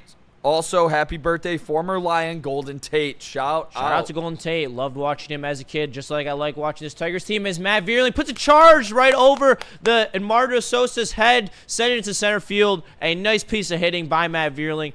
A beautiful 8-pitch at-bat from the kid, as he will take first base and keep this rally going for Riley Green. Exactly who you would like to have up, except it is a left-handed pitcher. Yeah, that's what I was going to say. You want to see Riley keep his swing short here. He only has a couple homers. He has to get to the point where he is comfortable enough against left-handed pitching where you still can pencil him in as the best hitter on this team, lefty or righty. Yeah, I mean, this is a big spot for him right now. With the 5-0 lead, it's nice, but you see a lot of that swing and miss come in when it is against a lefty. It seems like he just does not pick them up as well, as he has shaved the mustache after the boys lost last night. Gleyber Torres trying to touch on Riley Green's non-mustache there after his big home run. And Riley Green waves at a sweeper in the dirt, very on brand for him lately, as Noah Messi is still worried about the bullpen, even though we have such a big lead at the moment. We will have to see, as Tarik Skubal's pitch count is still down. I'm confident he most likely will pitch at least 1, hopefully 9. Yeah, I think he will pitch at least 8. I think he's getting to 8. As Riley sends one up the middle, Trey Turner, beautiful backhand flip, and over to first base. That's a web gem right there, as Trey Turner with the backhand flip behind the back to Edmundo Sosa, as he sends it over to Bryce Harper to retire the Detroit Tigers. But not before they put up 3 runs in this inning, thanks to a Gleyber Torres bomb and a Javier Baez bomb, as the Detroit Tigers have gotten all of their production today from home runs, and what a great day to do so against such a dominant pitching staff of the Philadelphia Phillies. Exactly. Love what I'm seeing out of this team right now. To be up 5-0 against the Philadelphia Phillies is extremely promising looking ahead, especially before the tough matchup tomorrow night to try to win this series. So Detroit Tigers rolling, and it seems like they play with a different energy when Tarik Skubal gets on the mound. And we've seen that tonight, as Dante151 had another super chat and said, extend Torres, pizza boy, god damn it. I'm with you, Dante. I think this would be the biggest mistake of the offseason if they allow Gleyber Torres to walk. I'm giving him a 3-year extension. If that is $100 million, I do not care. I would pay him $33 a year. I don't care what it takes. Gleyber Torres, keep him as a Detroit Tiger for 3 years. He's still in his 20s. You don't let a talent like that walk. He just made an all-star game. What he does for this team is so damn critical to their success. The way he's able to get on base, the way he's able to now hit some bombs, hit some nukes. I don't want to hear about Max Anderson, and I don't want to hear about how you lead, Justin. Gleyber Torres should be the second baseman for the Detroit Tigers for the next 3 seasons. I see where you're coming from, and I agree with you, but if it does impact the signing of Tarik Skubal, I think that is where the issues come in. I will certainly do hope that they are able to find a solution, as Tarik Skubal also will be looking to find a solution, as he's at 71 pitches entering the bottom of the 7th inning. a big matchup for him against Bryce Harper to lead off the inning as well. As Bryce Harper sends the first pitch back to the screen, sinker from Tarik Skubal as the 7th inning is underway. We also wish that there was no delay. We will have it better in the next streams next weekend. We have our FanDuel figured out to be able to watch the games in real time, as in real time Bryce Harper sends another one back to the screen to make it 0-2. 0-2 here on Bryce Harper. I would like to see one of those swords again that we saw so often, and like last night when he got thrown out of the game. That would be very nice, as Skubal looks, deals, and Harper sends it down the left field line. 0-2 against Bryce Harper, as Tarik Skubal will be looking to pounce on his prey here, as he is looking to continue his domination of the Philadelphia Phillies. 0-2 count, fouled away again by Bryce Harper. A changeup in the dirt. Harper is able to fight it off. Yeah, good spot to be in for Skubal here, as you're ahead of one of the most dangerous hitters. 0-2. That changeup usually works against righties. I don't know. Maybe fastball up here. As here comes the 0-2 from Skubal outside. Nice pitch. Almost had Harper reaching, as he has battled off some tough pitches this at-bat for the Philadelphia Phillies, as their trail 5-0 to your Detroit Tigers, as Tarik Skubal looks to put Bryce Harper away. And it is in the dirt for the 6th pitch of the at-bat. Make it 2-2 now in the bottom of the 7th inning. Make sure you like and subscribe to Woodward Sports. We appreciate you being here if you are here. Post-game show coming right after on the same broadcast. So make sure you stay here, tap in, tune in. We appreciate all your support. As Tarik Skubal also appreciate your support, bringing in another 2-2 sinker that is fouled away by Bryce Harper. Bryce Harper definitely making him work here, getting that pitch count up. Don't love to see that, but Tarik Skubal still, still with a great chance to strike out Bryce Harper here and avoid damage. Yes, sir. 2-2 from Skubal is a fastball swung on by Harper and sent into right field, as Wenzel Perez has moved over there to receive that ground ball, as Vierling is in center now. And the Phillies are starting off the 7th inning with a single runner on first, as Tarik Skubal does not win that battle with Bryce Harper that time, as JT Realmuto will step to the plate looking to do some damage off of Tarik Skubal. Big changeup to the righty. Keep him off balance. Double play would be amazing right now. And here comes Skubal to Realmuto. Strike one. Changeup low in the zone. That is what you are looking for from Tarik Skubal. Big time there from Scoob, so and I would stick with it. Skubal pitching to a big-time hitter in JT Realmuto, as he puts a drive into that baseball down the left field line, as it drops in to the left field corner, as Bryce Harper digs for home. Riley Green cannot get it in time. 5-1. Detroit Tigers still lead the Philadelphia Phillies, but now deal with a high-pressure situation with Tarik Skubal at 81 pitches in the bottom of the 7th inning with no runners out and a runner on second base.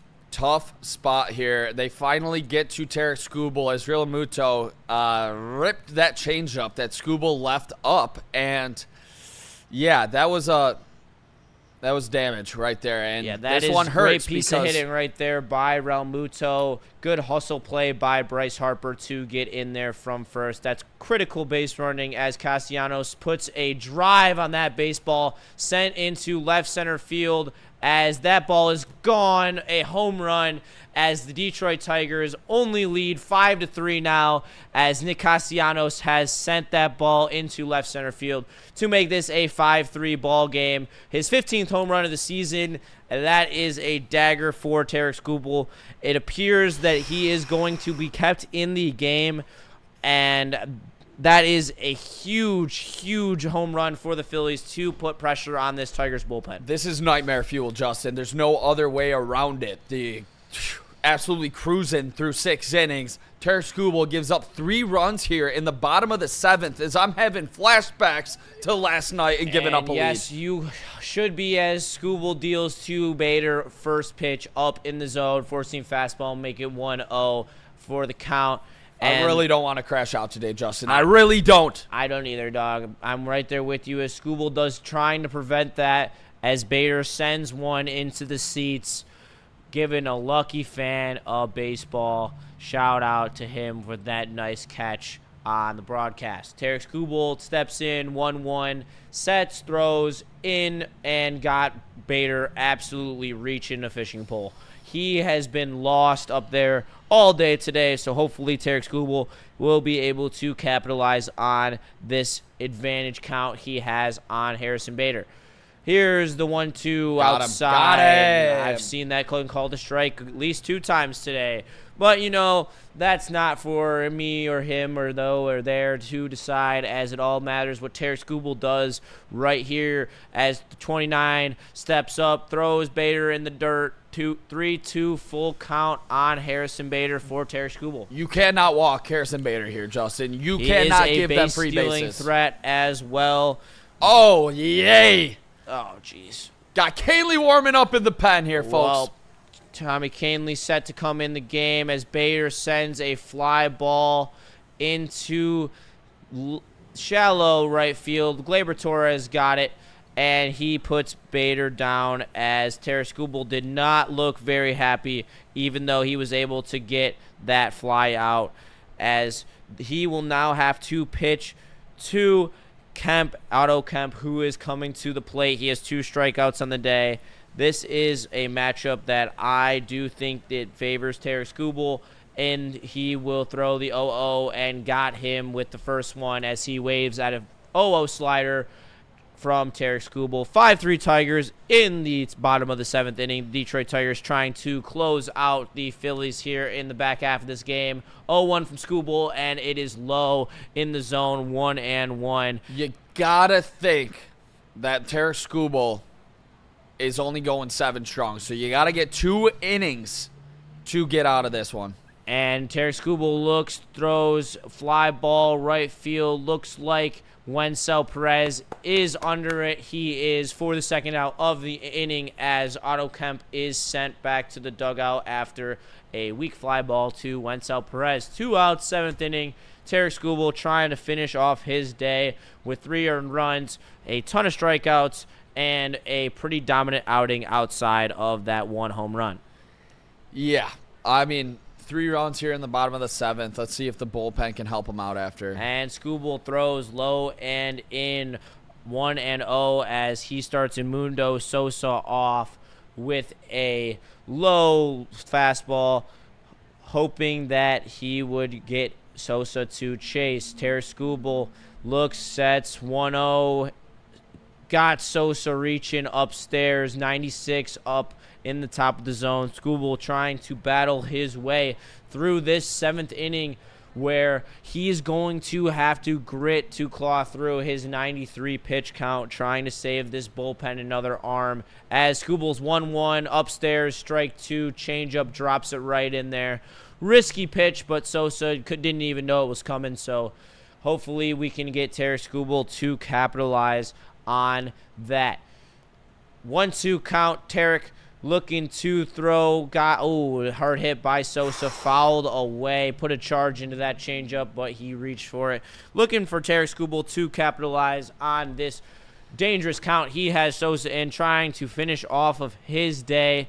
Sosa not looking to go down so easy as he continues to battle through. Tarik Skubal pitching him tight as the catcher set up in the top of the zone again. High fastball, 99. Skubal is unleashing the tank. He knows that this is close to the end of his day as he is locking in on 96 pitches at the moment. Phillies hitters are continuing to grind down Tarik Skubal. Yep. It ultimately cost him in the end of this start in the bottom of the 7th. A couple of those lengthy at-bats in the 6th and the 5th have now really affected him as the 1-2 to Sosa is fouled away for a 4th time. This is going to be it for Skubal. This is his last hitter, or last at-bat, that is, as a 1-2 count. After going with a couple fastballs high, I'm expecting that changeup low and away here, Justin. I completely agree. As Tarik Skubal sets, throws 1-2 away outside the zone. Right to McKinstry, though, as he throws it over to Tarik. Tarik has to get shade into the line to make the play, but makes it as the Tigers are able to limit the damage by the Phillies after a 3-run bottom of the 7th inning, matching the Tigers' 7th inning, as Tarik Skubal's day will most likely be over after that. A brilliant outing by Skubal.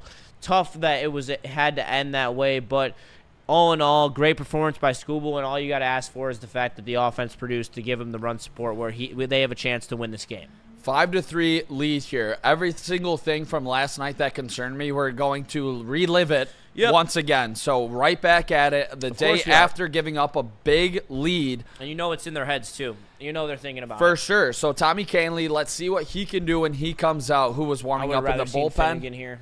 I think they're going Finnegan in the ninth here, Justin. Finnegan in the ninth? Finnegan in the ninth. They're throwing the big save spot probably for Finnegan if Kahnle can get out of the 8th, which is concerning. But the Tigers still do have a lead here. I'm not trying to be negative. Right here, right now, I am concerned. Yeah, I am too. I am too with Kahnle. I mean, he's given up home runs in his last 3 outings. If Kahnle misses, it's a home run. That's how it works. Kahnle is lights out unless he misses. Then that changeup is a meatball. I have seen good hitters take advantage of it in this entire stretch that he has not been pitching well. And now we're going to give him a high leverage inning against one of the best hitting teams in all of baseball. It is cause for pause, in my opinion. And make sure if you need anything to help your cause, you use Venn Johnson Law. They will fight for you. That is Venn Johnson Law. They are the tough, tenacious trial lawyers that you need to get back in the game. So make sure you visit VennFights.com when you need a lawyer. And definitely don't be drinking and driving. But when you are drinking, make sure you drink some Sun Cruisers, Justin. You had them before? I love Sun Cruisers. And I'm so excited for their new partnership that they have with us here at Woodward Sports that will be starting in September. Yeah, we are extremely excited about that one. Excited about everything that's happening at Woodward Sports. We have a lot of new things that are coming out on the daily for you guys. Make sure you check out Woodward Wings after this as well. Dropped this morning, me and Spencer talking about everything you need Red Wings wise. Check it out. Comes in and starts Spencer Torkelson off with a fastball to make it 0-1 on Spencer Torkelson. Would like to see Torque do some damage here. Give us a little breathing room. And here's Matt Strom's second pitch, slider inside. That's a tough pitch. This is a guy who I would hope Torkelson would be able to capitalize on. This arm slot is favorable for Torkelson's swing. I would very much like to see him put some nice barrel on something today and improve the day that he is having so far. As he fouls, a light pop-up blooper inside the shallow part of the outfield for the first side of the inning. Not a great performance out of Spencer Torkelson today, but he's looked uncomfortable all day, Justin. Yes, he does not look confident up in the batter's box right now, and he's going to have to turn it around. When we go up against these elite arms, you need your best players to be your best players. Spencer Torkelson hasn't been that today. And he has not, but someone who has been is Wenzel Perez as he moves over to the right-handed batter's box to face Strome, and he will take strike one, sinker inside 93. Like what I'm seeing out of Wenzel Perez, unlike Spencer Torkelson today. So see if he can go 4 for 4 here, going up against a lefty. Phillies proven why it's so important to go after bullpen help in the trade deadline as Matt Strom throws an 0-1 pitch to Wenzel that he fouls away. This Phillies bullpen is loaded with good arms, including Matt Strom. You're going to see Duran Duran in a few innings if the Phillies are able to capitalize on your bullpen, so we will have to wait and see on that. Hopefully we do not put ourselves in a high leverage bottom of the ninth situation. We are able to capitalize and get some insurance runs here, as that is Wenzel Perez's job on this 0-2 pitch, and he waves at a fastball above his head to put him down on strikes and send him packing back to Detroit's dugout. Yeah, tough spot there for Perez as he looked just lost in that one after starting the day 3 for 3. As Will Vest now warming up. Tommy Canley looks to take a seat. So it looks like Vest is going to get the 8th here. And I'm expecting Kyle Finnegan in the 9th. Okay, they put Canley down, and they got that's what I was going to ask. I was like, why are they not doing Vest in the 8th that they're doing Finnegan in the 9th? All right. Vest got hit up last night as well. I know he got hit up, but I'm more comfortable with Vest than I am with Canley, no matter what happened in his previous outing. You got to have a short memory as a bullpen pitcher, and that's what I need out of Will Vest, and I need him to have a good outing here in the 8th inning as Zach McKinstry is looking to capitalize on this 0-1 pitch from Strom as he sets in 5-3 Tigers, and he paints the outside corner, make it 0-2 on Zach McKinstry.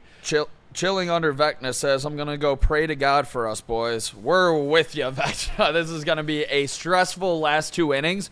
But I will say, Justin, this feels like playoff baseball, so we better get used to it. Yes, I do agree. Got to be holding these tight leads in October as Matt Strom throws one in the opposing batter's box to make it 1-2. Also, chat, make sure you guys smash that like button. Super chats are welcomed as we will read them aloud on the show. And here's the 1-2. McKinstry pops it up foul as he fights away a tough outside slider from Strom. And in the top of the 8th inning, the Detroit Tigers lead 5-3, trying to make sure that they can keep this lead after blowing 2 leads last night to this same Philadelphia Phillies team.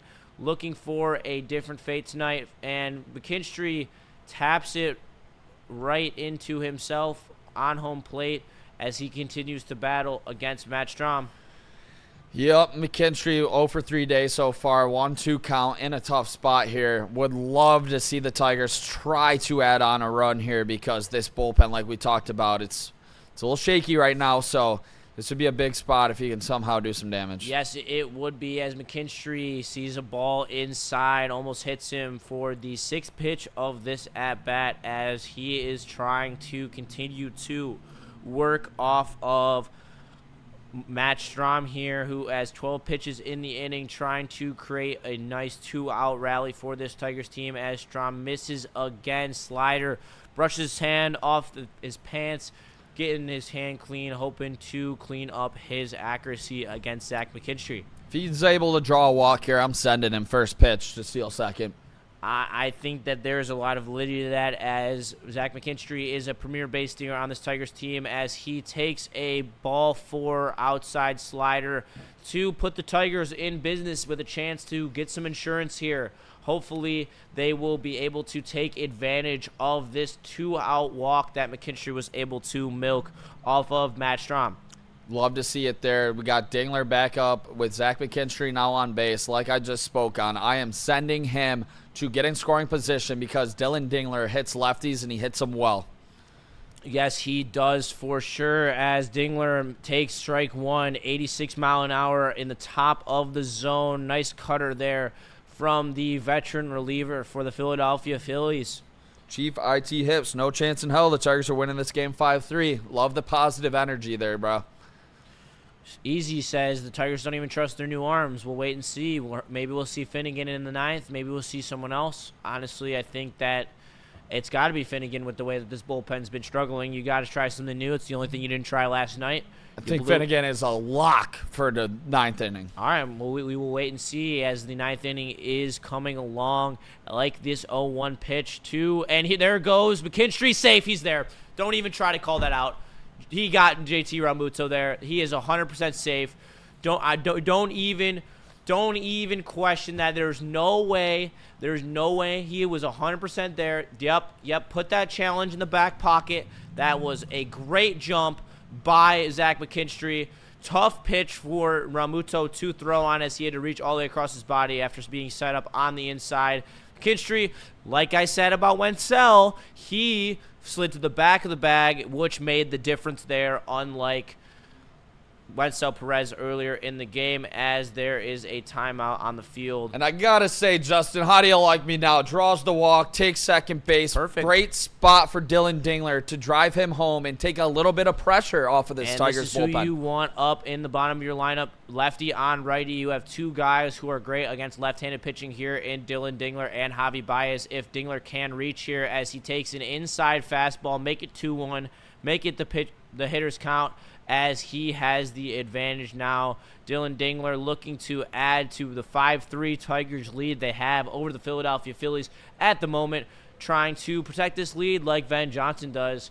He protects and fights for you as Strom's pitch is fouled away by Dylan Dingler, fighting off a tough high fastball in on his hands. We would love to see this Detroit Tigers team capitalize on this chance with runners in scoring position. If you get a single here, Zach McKinstry's scoring. He's the fastest base runner on this team, and you know Joey Cora is going to be sending him. That's for sure. And this has turned into a gritty playoff affair with long at-bats, milked at-bats. Everyone's taking pitches. Everyone's trying to gain any advantage they can. Pitcher versus hitter, base runner versus catcher, pitcher versus base runner. It is a great-looking baseball game tonight. We have been blessed. We've been blessed with your presence, so make sure you smash that like button as Dylan Dingler smashes a ball foul right back to the screen as the Detroit Tigers are threatening here with another long at-bat,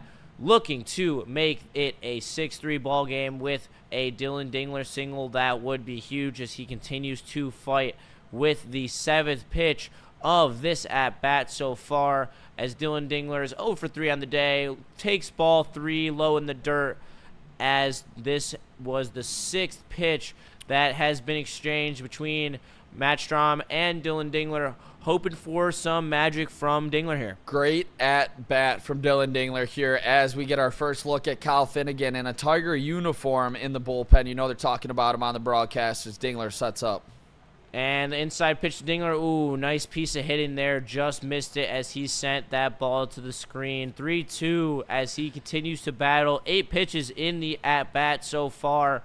Would love to see him be able to fight his way on base any way you can, kid. Finnegan looks like he is getting ready in some capacity.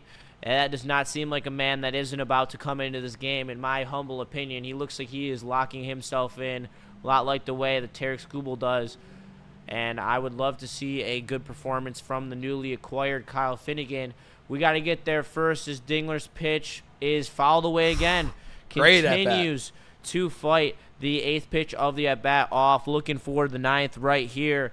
Dylan Dingler showing why it is so important to be a good defensive hitter in games like this. Matt Strom was looking like he was cruising, now has a high leverage pressure situation. 22 pitches into his day, taking the tank from the reliever, and here comes Dingler. The pitch fouls another one away.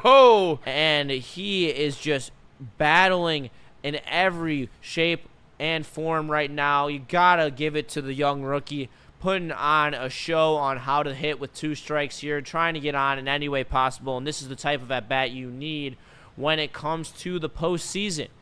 And here comes Matt Strom looking 3-2 on Dylan Dingler, takes upstairs, and a beautifully drawn walk by Dylan Dingler. 10 pitches by the kid taken, and that was truly impressive by the young rookie, looking like a veteran in that role, taking that walk after such a long at-bat. Yeah, he's been so critical to the Detroit Tigers' success with a 2.1 WAR this season.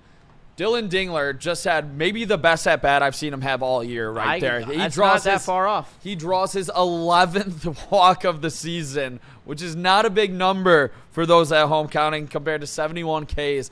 Dylan Dingler, you love to see the progression from the young catcher, especially if you can get offensive outputs like Dylan Dingler's providing for this team from the catcher position. It is so valuable long term. And this is a guy I want up right now in this situation against left-handed pitching. That is Javier Baez. I know Strom is struggling with his accuracy right now, but if you remember earlier in the season, Javi had a huge home run, 2 home run game to essentially win that series for the Detroit Tigers, and we are looking for him to replicate some of that same magic here today. These would be some huge runs, and if Strom throws a miss of a pitch, expect Javi to look to clobber on that baseball and give it a ride.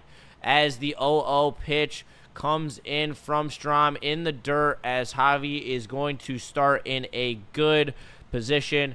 Javier Baez is already 1 for 3 on the day with a home run, which was an absolute pimp shot. Nuke. 2 RBIs from that bomb, and it is what gave the Detroit Tigers the lead a few innings ago. We now are sitting in a position where he can capitalize, sending a foul ball into the stands, hitting the back netting, looking for the Detroit Tigers to get some much-needed insurance runs with the bullpen coming out in the next inning. Justin, I got to say, he just tried to hit that ball to Pittsburgh with that swing. Yes, he did, and I wouldn't be surprised if the rest of the at-bat, that is what we are getting from Javi, as that is exactly what we got on his 1-1 pitch as he swings at a slider in the dirt, and not the best at-bat so far from Javier, but he is looking to still capitalize. He is a very good two-strike hitter, regardless of what people say about the reaching on the sliders. If he is not in that mindset, he still is a very good two-strike hitter with the way that he has changed his approach this year. I still have flashbacks of all of the Sister Jean memes of her striking out Javi. That's a tough spot. And here's Javi as he lays off a tough four-seamer in the other batter's box from Strom as he is looking to cash in on a very, very shaky Matt Strom right now. 2-2 count for El Mago. He steps in and puts a charge down the left field line. That's a fair ball into the left field corner. Oh! And there goes McKinstry. There's 1 run home. And here comes the second run as the second run is going to score as well as Dingler crosses home plate. Javier Baez cruises in for a 2 RBI triple to give the Detroit Tigers a 7-3 lead. And Bone saw that up, Javier. You deserve it. That was a beautiful piece of hitting, taking that inside slider and not trying to do too much with it. A nice hit down the left field line, and that's what I'm talking about. Shorten it up with 2 strikes, just taking it where it's pitched and not trying to do too much with it. That is a critical swing by Javi Baez, being the true spark plug of this Detroit Tigers team. And Neil, I'd love to see how you're going to spin this game because Javier Baez has been crucial in this Saturday night matchup against the Philadelphia Phillies. As the Tigers take a 7-3 lead to take some pressure off of the bullpen, as this play is currently maybe under a little bit of a review there. It looked close. Maybe that ball was stuck under the mat. Did the fan touch this baseball? Nope. See what's going on here. Did this ball get stuck under the... I mean, there's nothing really there. Yeah, you pick up the baseball if it gets down there. That's a nothing burger right there. Love to see this from Javier Baez, Justin. This team is absolutely rolling after blowing the lead last night. Tigers look like the best team in the American League right now.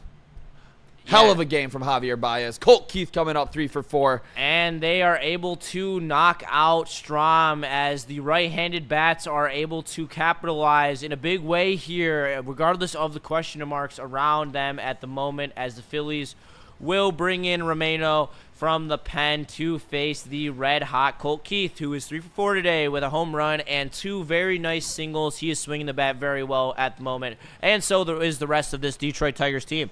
Love to see this from the Detroit Tigers. I'm fired up right now, no doubt about it. I know all you guys tuning in are fired up. Smash that like button for us. Send in your super chats if you want anything read out loud. And the Tigers are rolling. Tarik Skubal, big blow-up inning. You know what you do? You pick up your goddamn ace, and that's what the Tigers were able to do. And that's nice to see. You really do want to see the Tigers do that for their ace. You haven't seen that very often lately, where he hasn't been picked up. I hope he hasn't been feeling like Paul Skeens lately, where he can't get any run support, but be able to get the run support he got today and push it over the top with that nice inning right there from Javi Baez's triple, scoring those 2 huge runs to give the bullpen the insurance that they win. And you asked me a question earlier in the broadcast. Are you comfortable? I am, for the first time today, comfortable. I think that with this 4-run lead at the moment, I think that I am comfortable at the moment putting Vest and Finnegan out there in the 8th and the 9th and taking care of some business against this Phillies lineup. Yeah, they can take over a game in one half inning. Don't get me wrong, but I am comfortable as well, Justin. I think being up 4 with only 2 innings to play, unless you have one of the biggest meltdowns of the season, this team should absolutely win this game. And I'm fired up because the Philadelphia Phillies are one of the best teams in baseball. And the Tigers, if they're able to win this one, have a chance to win a series tomorrow night as Charlie Morton looks to turn back the tables, turn back the clock, and recapture some of his magic he had earlier in his career when he was able to help 2 teams win a World Series. And this will be a pivotal inning for the bullpen, which I do like why it is going to be Will Vest, because you will be facing the Weston Wilson in the bottom of the order, and then you get the Goliaths, Trey Turner, Schwarber, and Bryce Harper down the middle after we see Colt Keith get his first pitch from Romano out of the pen. Slider inside would be another great opportunity for the Detroit Tigers to capitalize on a runner in scoring position. And what better guy to do that than this guy, Colt Keith, red hot as he puts a charge into the same spot where he hit both of his singles earlier, but they have made that adjustment. They have shifted over to make sure that he does not have that alleyway between first and second, and that is going to retire the Detroit Tigers, but not before they score 2 more insurance runs on a huge Javier Baez triple that gave the Tigers the 7-3 lead over the Philadelphia Phillies. This is Woodward Sports, Woodward Tigers. We are absolutely fanatic about what is going on in this Detroit Tigers game. And, Nick, I got to tell you, with Will Vest coming in right now, I am hoping for a very, very solid inning from him, as he's not going to deal with a lot of rockiness, in my opinion, until he hits Kyle Schwarber. Yeah, you got to watch out for, obviously, the big lefty. But the key to playing against Kyle Schwarber is not allowing any Philadelphia Phillies on base prior to that matchup, Justin. So that's the big thing to stay away from. Don't walk any hitters. Do not give them free bases. And if they don't walk hitters, solo shots are fine now. I believe they will win this game if they do not walk hitters. Solo shots are fine now. You just can't let up base runners. Base runners are where you start to get into the danger zone. Exactly. Where you're not in the danger zone is when you spend your days with Woodward Sports. Shout out to Justifan asking if I am filling in on Monday with Neil. I am filling in on Monday. I am filling in on Big D Energy, but it's not with Neil. It is with Terry Foster. So make sure you tap into that, as well as you tap into the rest of our wonderful lineup. We have the Sean Belizean Show in the morning.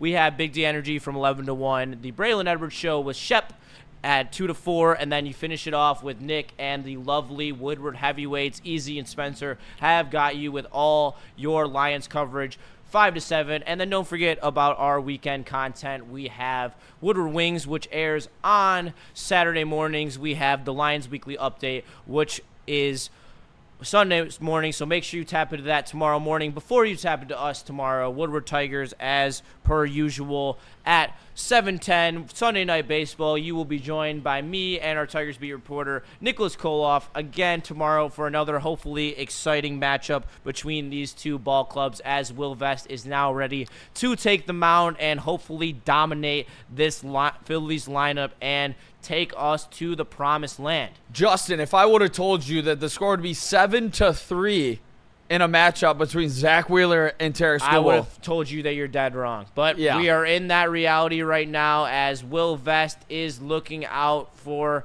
Brandon Marsh as he is pinch hitting, and he fouls away strike 1 from Will Vest. Make sure you guys smash that like button in the chat, as the Tigers have a 7-3 lead here in the bottom of the 8th as Vest on the mound. And 0-1 from Vest on Marsh is tattooed into center field, as the Detroit Tigers will start the 8th inning with a runner on first against them, as Philadelphia Phillies putting some pressure early on this Detroit Tigers bullpen. Nick, do not tell me that you are not comfortable. Not yet, man. Please. This team just doesn't effing quit, Justin. This Philadelphia Phillies lineup. That's what good teams do. That's what teams that have been to World Series have done and will do when they get in these types of situations, especially when you guys got guys like Trey Turner up, who takes strike 1 from Will Vest at the bottom of the zone. This is just... We can't breathe. I'm having a It tough is time. constant pressure from this Philadelphia Phillies lineup as Will Vest pressures Trey Turner with a top of the zone fastball 96 that he fouls to the back screen as the Detroit Tigers are looking to close out this 7-3 lead that they have in the bottom of the 8th inning against the Philadelphia Phillies. 0-2 for Will Vest as he looks to deal his 5th pitch of the inning. Tough guy to double up Slider. here. Tough guy to double up here, Justin. He is one of the premier speedsters in the entire MLB. So make sure that you have a nice turn if you are Javier Baez or Gleyber Torres as Vest deals 89 outside of the plate. Make it 2-2 on Trey Turner. Another battle of an at-bat, which we need Will Vest to come out on top of as the 2-2 is locked, loaded, and it is headed to the plate on Trey Turner. And it's got him on strikes. 97 low zone sinker. Needed that one, setting down the table setter for this Philadelphia Phillies lineup, giving you some nice cushion for hopefully the next two guys who come to the plate who can make a difference with one swing of the bat in Kyle Schwarber and Bryce Harper. That pitch was nasty. That dart just going down and away from the righty. I was just a magnificent pitch there from Will Vest as he looks to take on Kyle Schwarber. And Vest looking to do some damage against Schwarber. High fastball. See it called a strike 20 times tonight, but it is called ball 1 by this umpire. Kyle Schwarber, one of the most feared hitters in baseball. I'm just looking for some consistency, Blue. That's all I'm looking for. I know you got to check your pocket. You got some missed phone calls. Vest 1-0. Get Schwarber swinging. That's a way to do it. Oh, yeah. Don't rely on the umpire for your strikes. Go out there and take them right from Kyle Schwarber. 1-1 on Kyle Schwarber from Will Vest as Vest has come in and looks to be throwing some good pitches early in his appearance as he checks over at first base with Brandon Marsh. How do you do, sir? Go eat some dirt, and we will take another round of it in a moment as Riley Green aura farming in the outfield with his looks more of a full mustache beard combo than the mustache we've seen the last couple days. Yeah, it looks like he took the muzzy off a little bit. Fouls off the third pitch of this at-bat, and they're replaying the beautiful catch that Riley Green made in the third inning, I believe. Looked like that hurt a little bit. It did look like it did hurt, but we appreciate him putting the body on the line as Schwarber swings at a middle cut 88-mile-an-hour slider from Will Vest, a very risky pitch. Gotta be to careful a guy with of that one. caliber. That is a mistake pitch waiting to happen, but we do carry ourselves on. So does Will Vest as he dials in on Dylan Dingler. He sets up inside low. Beautiful slider. Gets him down. Sends to the woodshed. See you later, Kyle Schwarber. Go back to your Philly Fanatics home. And a great pitch by Will Vest. Textbook slider. Dips right outside the zone. And Schwarber waves right over it. Takes a knee. Call him Colin Kaepernick. Back-to-back strikeouts from Will Vest, as I was not expecting a Colin Kaepernick reference in this broadcast today, but Vest looking dialed. You got to pull it out sometimes as a beautiful was that a two-seamer on the outside part of the plate? Harper looks at it and not out of trouble yet. Here comes Will Vest looking in, dialing in as a ball outside the zone. Low as Will Vest is down 2-0 early to Bryce Harper, looking to finish this inning with minimal damage against the most volatile part of this Philadelphia Phillies lineup. 2-0 count as swing and fouled out of play by Bryce Harper as these Phillies continue to make every pitch be tough for these Detroit Tigers pitchers as they lead 7-3 in the bottom of the 8th inning over the Philadelphia Phillies, looking to become a comeback story. Will Vest looking to send them home packing here as a critical 2-1 pitch is driven by Bryce Harper into center field, and that is gone. Oh, that's a dagger right there. Oh, that's right in the heart. 7-5. Tigers still lead, but woo, that one hurts. And Nick, you can say it now. I give you permission, and you can say it. Are you worried? Are you concerned? God damn it! Oh my God! Will Vest almost escapes trouble. As soon as I said it, I said he's not out of trouble yet. As Bryce Harper just annihilates that baseball. You can't leave that there. And if we're having Will Vest issues, this bullpen's in serious trouble, Justin. They are. Back to a 2-run lead. What is going on with this Detroit Tigers bullpen right now? Anytime that the Phillies have needed a big hit, they have answers, and that is what you are going to see in the playoffs. And that's why so many people have been trying to tell you that they didn't do enough at the deadline, including me, and you're seeing it right now. Imagine if you had Bednar in this bullpen right now. Imagine if you had Duran was probably a little bit too aggressive. I don't think we would have given up the prospects for Duran. But like Tyler Rogers, like you could have given up prospects to shore up this bullpen, and now it will rest on Finnegan if Vest is able to escape this inning with only 2 runs against, as Realmuto sends the 0-1 pitch foul. That is, oh my God. Trying not to crash out. I'm trying to be positive. I am having a great day. Tigers are up 2 in the bottom of the 8th, but you have to look yourself in the mirror and say we got serious bullpen issues. Yes, we do, and JT Realmuto sends a base hit into right center, another center cut pitch from Will Vest.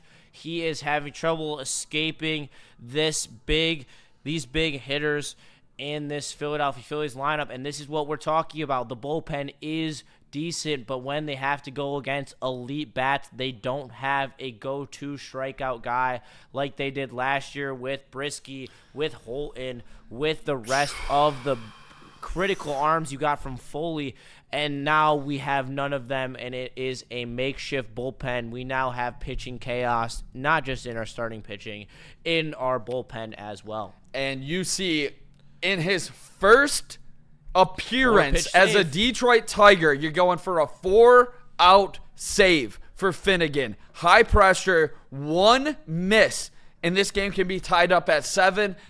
I'm not expecting that, though, but like I said it before, you cannot walk these hitters. You have to go attack them. Kyle Finnegan had a sub 2.7 ERA before the month of July. He has had a blow-up month of July, and that's what allowed the Detroit Tigers to land him in a trade. We need to get the Kyle Finnegan that has pitched for the last 2 seasons for the Nationals and the pitcher that was pitching dominantly through June. If we get the Kyle Finnegan from July, Justin, we're going to lose this game. No one talks about it, but the fact we DFA'd Chafin, just for him to just completely reinvigorate himself with the Nationals just to get traded again and help a contender that isn't us, it does hurt my soul. I can't lie to you, Nick.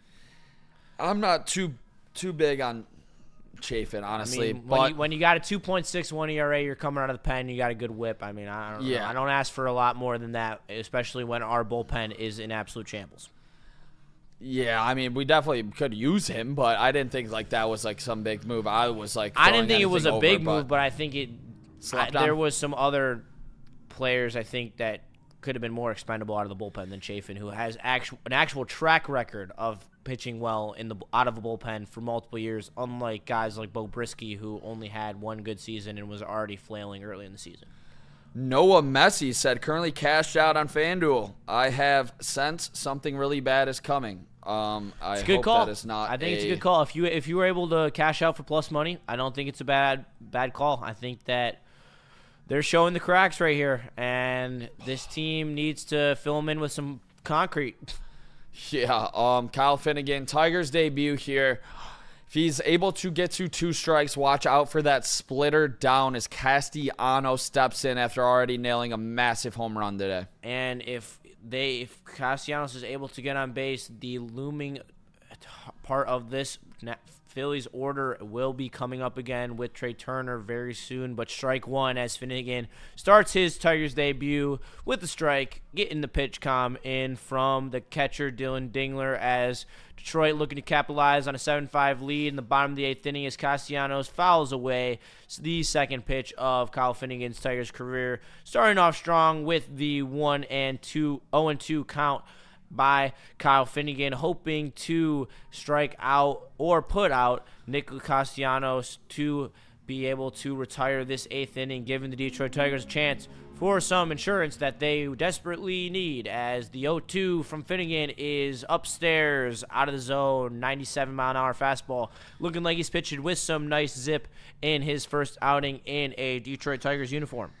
Yeah, I have high expectations for Finnegan. Like I alluded to, I'm expecting the pitcher that had the 2.63 ERA, I believe it was, up and through June. I hope you're right, as Finnegan throws a 87-mile-an-hour splitter outside corner zone 1-2 as Castellanos fouls it away. Make sure you guys smash that like button if you're just joining us. Tigers with a 7-5 lead as we get to see Kyle Finnegan in a Tiger uniform for the first time. And looking to put the Phillies away in this 8th inning. And here's the 1-2. Castellanos sends a grounder to third. Kintry scoops it up, throws it to first, and Torkelson puts him away as the Detroit Tigers are able to escape the 8th inning, only allowing 2 runs to cross home plate as they lead 7-5, going to the top of the 9th inning, where they look to capitalize with the center cut of their order, Torres, Vierling, and Riley Green. I'm feeling way better right now, Justin, after getting out of that inning. Kyle Finnegan does his job as he has, looks good. I believe it said 86 saves since 23, third most in all of baseball. Kyle Finnegan, I think what Finnegan was a slept-on arm that we did acquire at the deadline because of his blow-up month of July. I think that could be one of the most underrated moves of the deadline, is the Tigers landing Kyle Finnegan. I know we wanted some more higher names, some guys with more leverage. I have no issue adding Kyle Finnegan. And I do believe, obviously, AJ and this pitching staff believe in Kyle Finnegan. If they're going out for a 4-out save already in his debut, they must think extremely highly of Kyle Finnegan. Well, they thought extremely highly of names like Will Vest and Tommy Canley, and they have since collapsed in their last few outings. That is why there was such a need to not just get one bullpen arm, but to get 2. So you feel like this bullpen has the versatility and the arms to be able to have 4 or 5 guys that are solid and one that is elite. And that's where the Bednars and the Tyler Rogers of the world, I feel, really slipped through the Tigers' grasp because they did not want to give up anyone even outside their top 100 prospects. Yeah, I mean, I wasn't really mad that we moved anybody at the deadline. Like, the guys that we did move were pretty much no-name guys. Yep. I like the catcher that we gave up to the Twins, but I did think Chris Paddock was a great addition to this team. As we saw in his first start, he was dominant.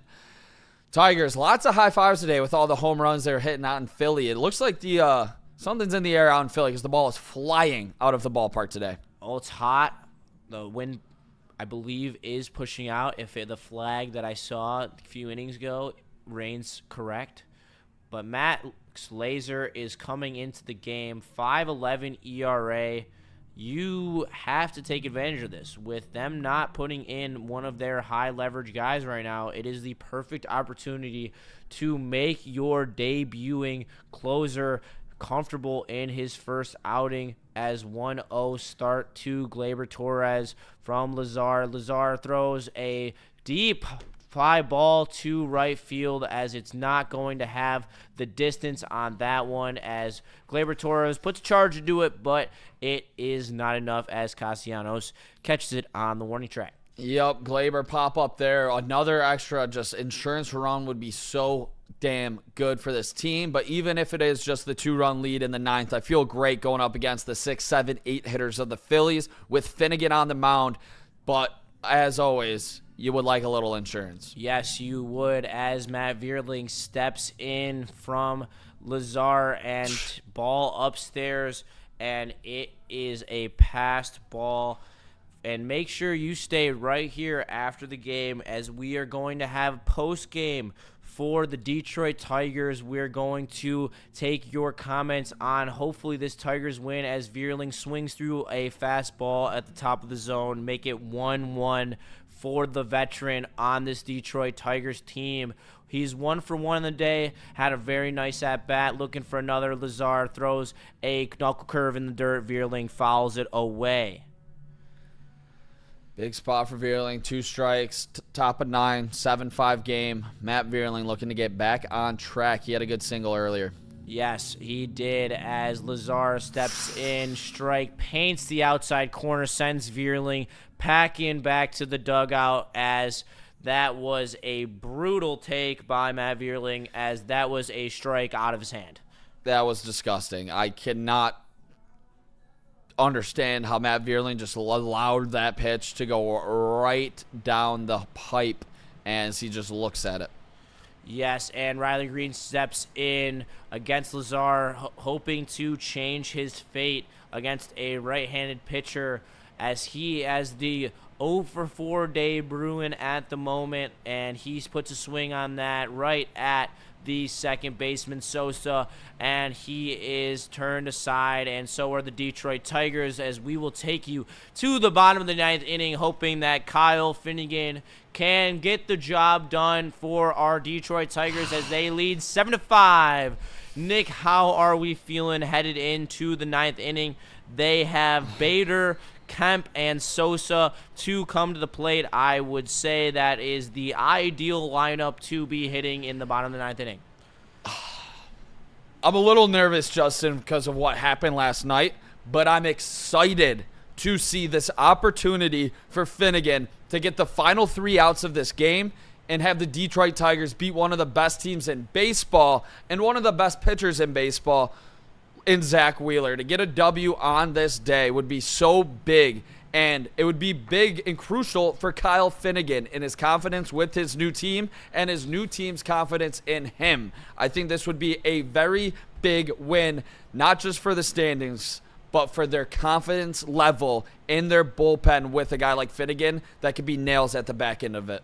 I hope that he is nails, and he's shown it in the past that he can be that guy in high leverage situations in the back of your bullpen that you can rely on consistently. So if we do get that guy, I mean, we'll see it right here. Big chance to prove. He's not facing the best bats on the Philadelphia Phillies, but still, you're going to have to prove it against every part of the lineup in baseball. That is the beauty of the game.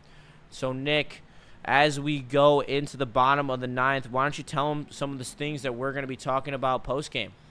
Yeah, I mean, just definitely going to be breaking down Tarik Skubal versus Zach Wheeler, one of the best pitching matchups of all time today, as the Tigers were able to light them up a little bit. We'll talk about how they did so, and also bullpen issues arise again for this Tiger team, but is there a positive, bright light at the end of the tunnel with a guy like Kyle Finnegan?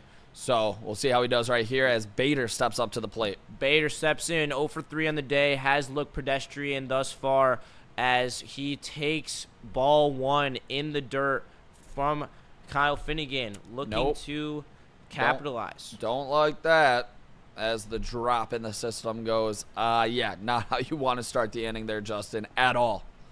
No, it is not, as Finnegan sets for the 7th pitch of his Tigers career, and that is another ball. This is not what we are looking for from the newly acquired Detroit Tiger. 2-0, in trouble, Bader up, probably looking fastball here to get back in the zone. Let's see what Finnegan has. Let's see what he has here. 2-0 strike. Caught him on the outside corner of the plate. 97 on the corner. That's what you want to see out of your closer in that type of situation. Yeah, great pitch there from Kyle Finnegan. Big spot for him right here. 2-1 count as he loads up a pitch, and he lays off of it as it's a slider away. And the last thing you want to do, Justin, is walk a guy a goddamn hitter to allow the tying run to come to the plate. Ugh. You go attack him right now, Finnegan. Attack him. Even with the bottom of the order coming up, you still need to come out and you need to attack him here, as 3-1 from Finnegan is a ground ball to Javi Baez. Looks like he's going to put him out to Spencer Torkelson for the first out of the inning, as the Detroit Tigers are 2 outs away from securing this victory from the Philadelphia Phillies in Philly at Fifth Third Ballpark. Citizens Bank Ballpark, actually. My bad. Let's go. All right, 2 more outs. Finnegan, 4-out save. Tigers debut. Let's do it. Finnegan looking to make quick work of this Phillies lineup in the Bottom of the ninth, 7-5. Tigers trying to close it out here. Finnegan pumps 2 times in the windup, throws home plate. Ooh, nice slider. Bottom of the zone, 0-1 to start off Kemp, who is 0 for 3 on the day with 2 strikeouts. So you are hoping that that success continues for this Detroit Tigers team, as Kyle Finnegan sets up in the zone. Fastball saws him off a little bit as the ball flies out of play. 0-2 for Kyle Finnegan, exactly what you want to see against the bottom of the order, just going right after him, showing it that my stuff is better than your stuff. I love what I'm seeing right now from the newly acquired Tiger. Yeah, I'm right there with you as he sets up. Finnegan, 0-2, waste pitch away, bottom of the zone, opposing batter's box, splitter. Love to see this from Kyle Finnegan. I mean, this is the guy that was your big offseason or big trade deadline acquisition, so love to see this from Finnegan so far as he sets up in a 1-2. Sets up 1-2. Dingler set up in the zone for Finnegan. Finnegan throws, got him swinging on the 1-2 splitter. Beautiful pitch by Kyle Finnegan, sends him packing.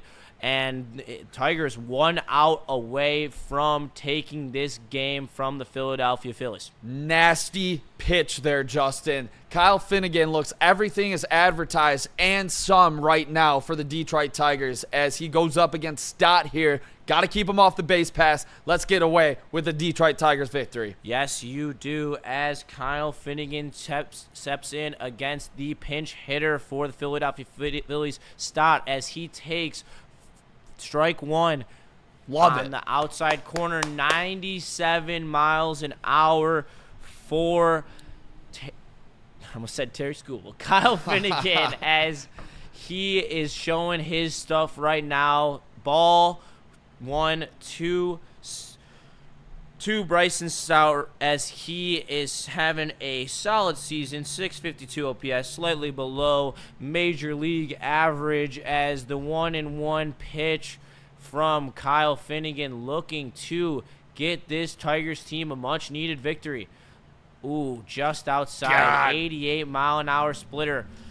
That was a beautiful placed pitch by the veteran, as he is showing why he has electric stuff. Yeah, 17 pitches for Finnegan now. 2-1 count, loads up. Excited to see what he has. Yep, me too. He loads up, popped up. He puts the finger in the air. Riley Green ranges for it, and he has it. That's the ball game. 7-5 victory for the Detroit Tigers. That's the Philadelphia Phillies. What a game by your Detroit Tigers. As the Tigers win, Tigers win. This one 7-5 as Kyle Finnegan secures the 4-out save in his Detroit Tigers debut. Justin, I'm fired up. You're fired up. This chat is fired up as the Tigers win a critical game in Philadelphia in what could be a World Series preview. It could be, but there's a lot of good teams in the NL. There's a lot of good teams in the AL. Let's not get too ahead of ourselves. It's a nice win. Oh, we're getting juiced up. I am getting juiced up. You're getting microwaved? That is not too microwave. They're two of the favorites in their respective leagues. I feel like you can say it. I know, you definitely can say it. I'm just giving you ish. But let's go, baby. Let's stay positive. Come on. We will stay positive here. Nick is going to take you through the first couple innings and what he saw from Tarik Skubal, as I go change the title of the show to postgame real quick, and you will take them through that. Okay, let's rock it out here as the Detroit Tigers win this one 7-5. Tarik Skubal masterclass today, as you saw why he is not just the best pitcher in baseball. I believe he is the best player in baseball, and that is a guy who will remain a Tiger after we throw him a $400+ million contract to become a Tiger for life. I believe he's a future Hall of Famer. I believe there's never been a better, more dominant pitcher than Tarik Skubal right now in a Detroit Tigers uniform, and that includes MVP Justin Verlander. That's the kind of stuff Tarik Skubal's doing on the mound right now and has been for the last 2 years. Well, let's bring it back to today's game. I mean, he had a face-off with Zach Wheeler, the highest-paid pitcher in Major League Baseball, and honestly made him look second tier. Like, you did not see Tarik Skubal slipping early like you did Zach Wheeler. You didn't see the Phillies' ability to milk those at-bats the way that the Tigers were able to against the Phillies today, and that's where Tarik Skubal is just truly so elite. He makes the best pitchers in baseball look second to none, even when he doesn't have his best stuff. Yeah, definitely. I mean, he did have his best stuff today. He just didn't have his best stuff in one half inning. Let me clear that air real quick. Yeah, he had one bad inning in this one, but it didn't matter because of how dominant he was prior to that. And the Detroit Tigers were able to give him run support. But the biggest thing to me, Justin, obviously these big league hitters are going to be able to get hits.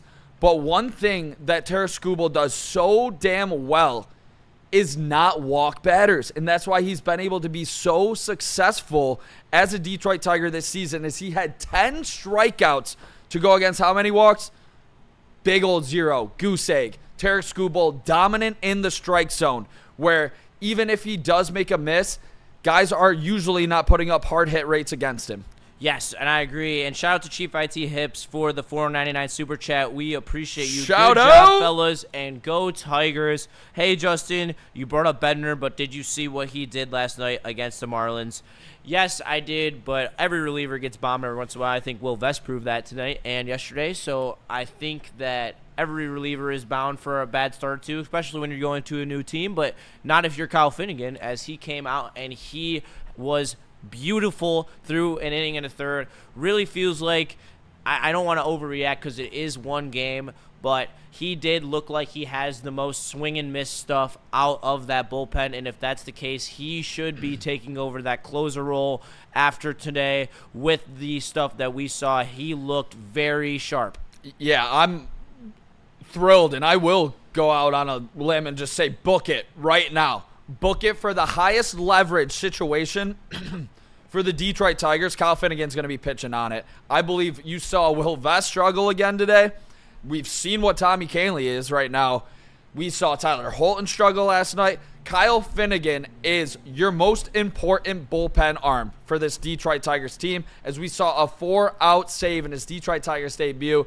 Love to see it from Kyle Finnegan, as I still will say that was one of the most underrated trades at the deadline, and I believe the Finnegan you saw today is going to be the pitcher that we get moving forward, not the Kyle Finnegan who had a +10 ERA in the month of July. And the Detroit Tigers look to win the series tomorrow. I'm really fired up, Justin. Yes, they do, and we will talk about tomorrow's game in a second when we are done breaking down tonight's game. I do believe that if Finnegan is able to capitalize and be that go-to arm in the pen like you say that he will be, I think that the rest of the bullpen will take a little pressure off of them, and hopefully that helps them succeed in some different roles, especially, moving Tommy Kahnle out of high leverage 8th and 9th innings, putting him in the 7th. Maybe that helps him with his confidence in finding his rhythm again as a relief pitcher. Maybe that helps guys like Tyler Holton. Maybe, the list goes on and on with this bullpen. I think now this bullpen is still behind the 8 ball in terms of the bullpens in the AL, but it is serviceable to an extent. Is that too far off to say? I think there's 2 guys that we haven't seen come out of the bullpen yet this season that are going to be crucial for the Detroit Tigers moving forward. One of them just got moved to the pen. He is a rookie, and his name is Troy Melton. I really like the stuff that Melton provided in his last start, where he was dominant. And I believe Troy Melton, with his high 90s fastball and some of his off-speed stuff, can fool hitters and get some swing and miss that you're looking for. So I want to see what Troy Melton can deliver to this team. And also a guy in AAA right now, still rehabbing, who we have seen be a dominant pitcher at times, is a guy in Alex Lang, who, if he can recreate some of his stuff that he had in the past, those 2 righty arms with high velo fastballs and swing and miss breaking balls are going to be a key part of this team that we have not seen yet. I completely agree. I think that would be extremely important for this Tigers roster to get some more right-handed swing and miss arms to help that back end of their bullpen. But we got to talk about the help that we got offensively today from the entire lineup. Everyone on the team except for only a number of guys weren't able to contribute to that effort. But the ones who did had some big days, as Colt Keith had a monster performance, 3 for 5, 1 RBI, 1 home run, 2 hits, exactly what you need out of your leadoff hitter. From Colt Keith, Gleyber Torres, the consummate pro, came out, hit a huge home run to continue to push that offense forward against this surging Phillies offense as well. Kerry Carpenter was able to add a bomb as well. I'm just going to keep saying it because they keep doing it, and that's hitting bombs. And the other one was Javier Baez, who I would say outside of Tarik Skubal is the player of the game, with his home run that was absolutely assassinated into the left center field bleachers, and the triple down the line where he was not trying to do too much. He simply went out there, poked that baseball. Great piece of hitting by Javier Baez. He is your Woodward Sports Ven Johnson player of the game for the Detroit Tigers. I'm right there with you, Justin, and it was his best game. It was his second best game of the season, besides winning that walk-off with the 2 bombs against Boston. But Javier Baez, the difference maker in this one, as his 2-run triple was obviously the difference, as the Tigers win this one 7-5. And I gotta say, Javier Baez has been such a great story for this Detroit Tigers team, not just for us here locally, but nationally as well. He is getting regarded as one of the biggest comeback stories of all time, and he deserves all of the light that he is getting right now. Shout out to Neil. But I want to say the young bats in this one, specifically Colt Keith, to hit the nuke early, to get this team the lead, it seemed to give this team the confidence to be able to do it against a guy like Zach Wheeler, and then Javier Baez was able to come in late. I think moving forward, Colt Keith, Kerry Carpenter, they got to rip righties. They have to continue to hit righties consistently. You saw that tonight as they hit one of the best ones in the game in Zach Wheeler. So love to see it for this Detroit Tigers team moving forward, and I am loving that Kyle Finnegan had a 4-out save for this team. Yes, and I'm loving all of the appreciation we are getting from the chat right now. We thank you guys so much. Shout out to Justin Fan. Great job, guys. Shout out to IDO Cray, I think. I'm sorry if I botch it, but good job, guys. I was alternating between you guys and the official Tigers announcers. I slightly preferred you guys, so thank you so much. We appreciate it. We'll take it. That is an extreme compliment. Benetti is a pros pro, and so is Dan Dickerson. So to be in any conversation with them is a blessing. So thank you. But we got to get back to the heavyweight pitching matchup, as it does flash on the screen at the moment. We had Tarik Skubal, 7 innings, 3 runs, 10 strikeouts, 20 whiffs, 16 chases, and 1 home run allowed, as he was able to outduel Zach Wheeler, who led up 3 home runs, had 10 strikeouts as well, and was only able to go 6 innings instead of 7. Yeah, this team, this pitching matchup, kind of crazy that Skubal ended up giving up 3 runs and Wheeler gave up 4. Nobody was expecting that, as I am sure a lot of people took the under today on today's game, and probably a lot of losing bets out there, Justin. Going Skubal versus Wheeler. Get used to this kind of matchup, because we're going to see it a lot in the postseason. When we talk about some of the best arms in the American League, like a Castillo that we talked about, like a Max Fried that, is talked about as, potential Cy Young, like a Framber Valdez in Houston. This Detroit Tigers team, to be able to hit Zach Wheeler today, gives me so much confidence moving forward, because we have struggled with aces all season long. So, as this season progresses, I love to see that the Tigers were able to get to one of the best pitchers in the National League, not named Paul Skeens. So, it gives me a lot of confidence moving forward. How confident are you that this can be the new norm instead of, the outlier? I think this team just goes through those ebbs and flows, and you have been on such a negative flow for leading into the All-Star break and then coming out of it slow as well. I think they're just finally starting to find that rhythm that they had in the first half of the season, especially with their bats, where everyone's willing to pick up everyone else, and it's a true team effort offensively, and you saw that today. Multiple guys with multiple hits, and that's how this offense needs to get it done. It doesn't necessarily always have to be the long ball. It was flying today. But at the same time, those were good swings with high exit velos where even if we were playing on a bigger park, those are doubles, those are triples. And that's how this team lives, and that's why I do believe this team does have the potential to make noise. It's just it is so tough in this American League after all of these teams around us who were around how good we were the entire season and are starting to catch up with us, and now we're not even the best team in baseball record-wise. It is a little cause for pause.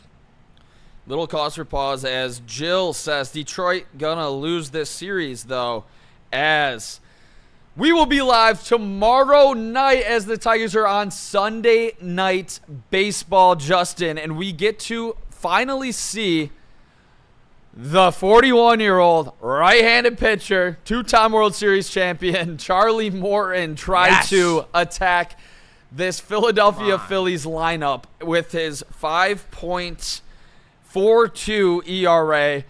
Do you think he can turn back the clock, and do you think Chris Fetter can get something out of the 41-year-old where you can rely on him to be a quality pitcher for the Detroit Tigers? Man, I sure hope so.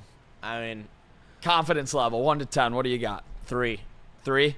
I'm not very confident. That's a very generous 3. I'm not trying to be a Debbie Downer or anything, but I was reading comments by Baltimore Orioles fans, and they were saying, thank God, you just saved us, Detroit. Thank you. It's been getting brutal dealing with these Charlie Morton starts. So, I mean, he's 7-8 on the year, I guess, if we're trying to find some bright spot, but wins and losses aren't a pitching stat. You see that with Paul Skeens. It's a tough reality, I'd say. I think I'm at about a 4. I saw what Chris Fetter was able to do with Paddock in his first start, so that gives me a little bit of hope moving forward. But the way that Paddock actually has good stuff, though. I mean, Morton is just so washed. And, yeah, maybe you want that experience in your young rotation, but is it really that young? They got to the playoffs last year. They have experience now. You're led by the He's going to be the two-time Cy Young winner. Let's just not beat around the bush anymore. I'm tired of it. The two-time Cy Young winner, Tarik Skubal, obviously has some playoff experience. I think that at this point, I don't know. I don't see the vision with Charlie Morton, and I'm open, praying I'm wrong.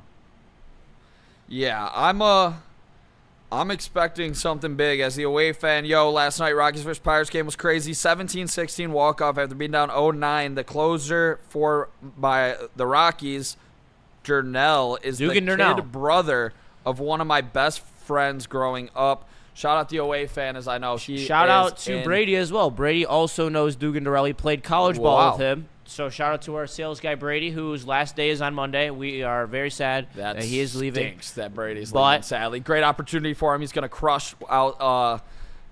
Crush is what the Tigers did today. Yeah, exactly. The Tigers won this one 7-5. They were able to hit Zach Wheeler. They were able to get to the bullpen. And Javier Baez's triple late, giving the Tigers the 2-run lead for this one, was the difference in it. And I gotta say, I'm so thrilled that the Detroit Tigers showed up for their ace today and were able to get to Zach Wheeler. And I'm feeling confident in this team moving forward. And I'm going to err on the side of positivity about Charlie Morton tomorrow night. I think he can maybe bring the good veteran leadership for this Detroit Tigers team. And I have to think Scott Harris is, him in his wheelchair over there. Yeah. No, microwave. Oh, okay. That is not even a microwave. I'm trying. But yeah, Detroit Tigers play tomorrow night. We will be breaking it down again live, Justin, as we get to run it back and hopefully see a Detroit Tigers series win. Yes, sir. And they will be taking on a tough test out of the Phillies in Christopher Sanchez. He has put up 4 wins, 1 loss, a 1.76 ERA, and a .86 WHIP in his last 7 games. 4-1 record. He has been pitching at the top level that you can be pitching as a starting pitcher. And some questions are going to be answered because so many people have said, including myself, when the Detroit Tigers come against elite left-handed pitching, they struggle due to the fact of not having elite right-handed bats.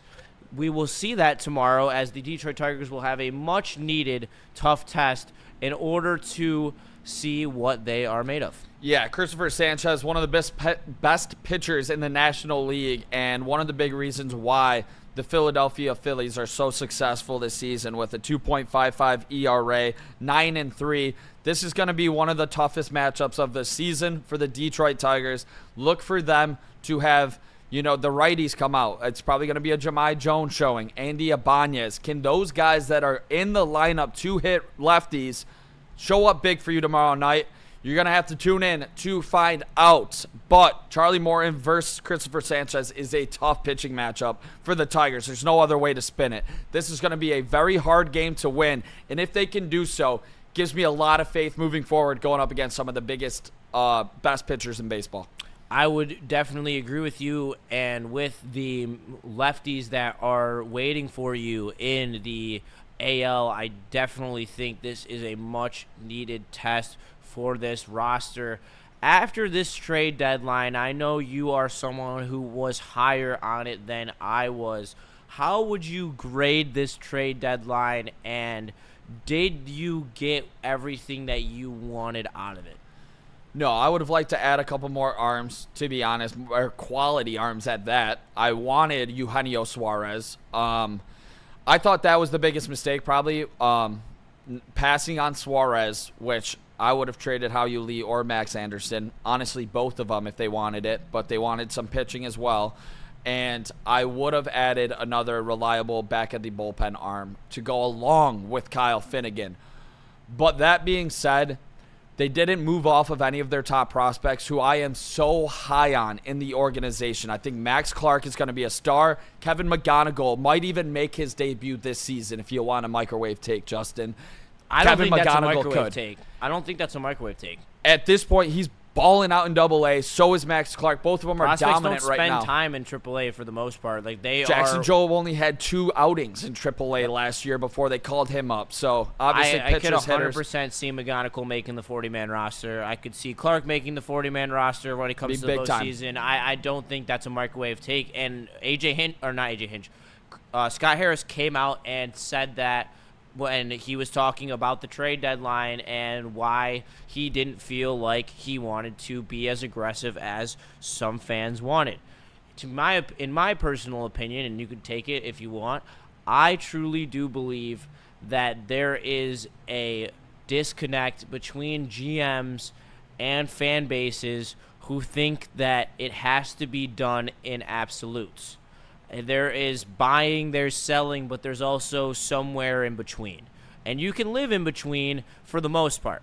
If you were a team that is building for a World Series run in the future, then you do what the Tigers did at this deadline. You make some keen moves that don't leverage your future, like that's coming in the minor leagues at all, even coming close to trading any of your top 100 prospects.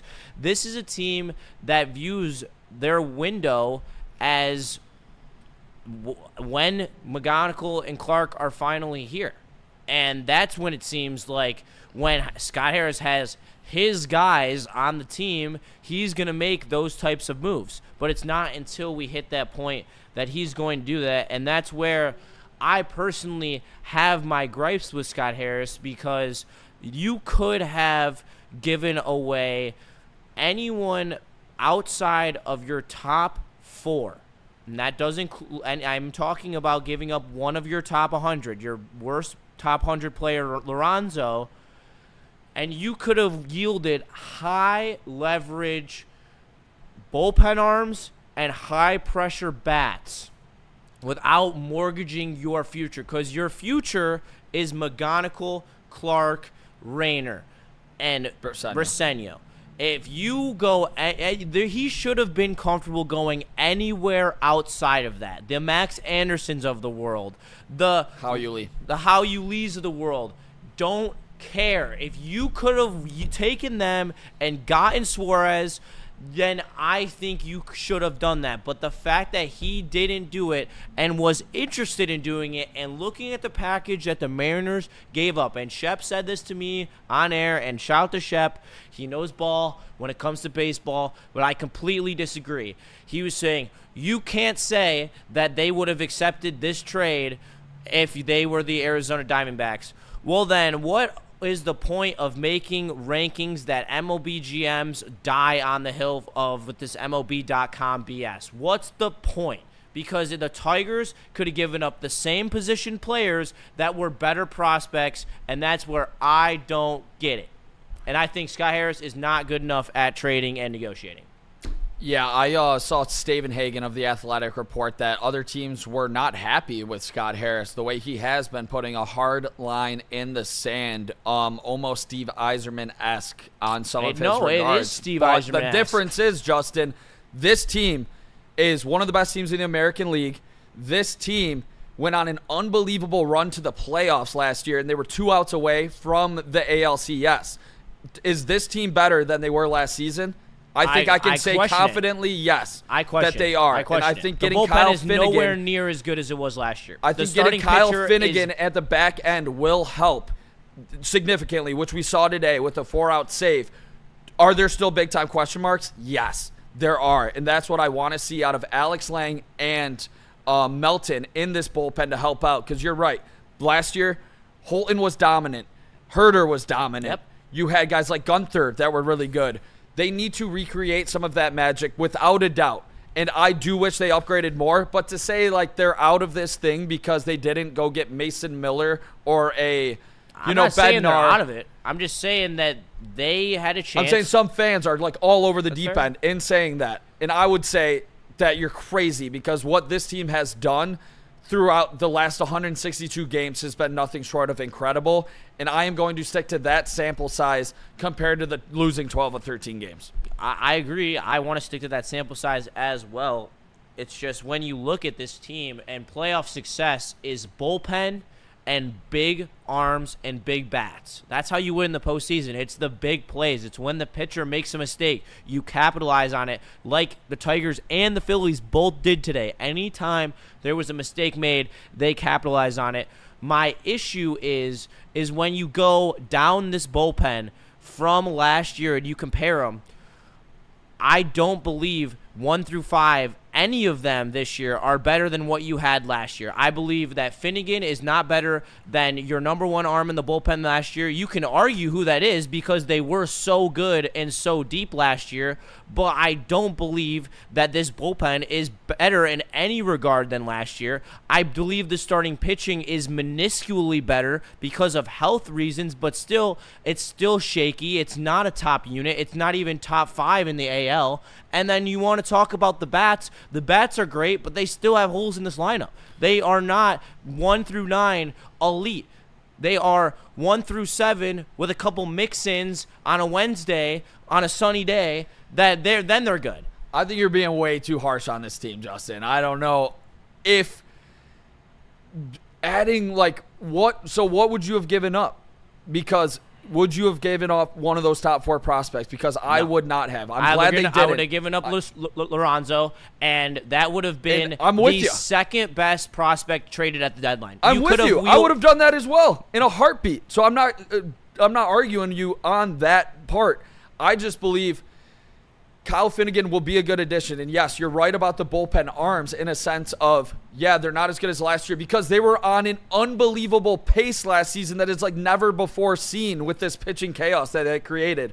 But I think you saw last night good Jack dial it in against one of the best lineups in all of baseball. If you have that Jack Flaherty, I don't think Tarik Skubal and having that Jack, I don't know how much you can ask more for a top 2 guys. I could have asked for Merrill Kelly, who got traded for scraps. That's who I could have asked for. Like seriously, I'm so sick of defending this, oh, let's be passive when we literally have one of the best records in the American League. Yes, I understand. I'm not trying to sell the farm, but it was a buyer's market.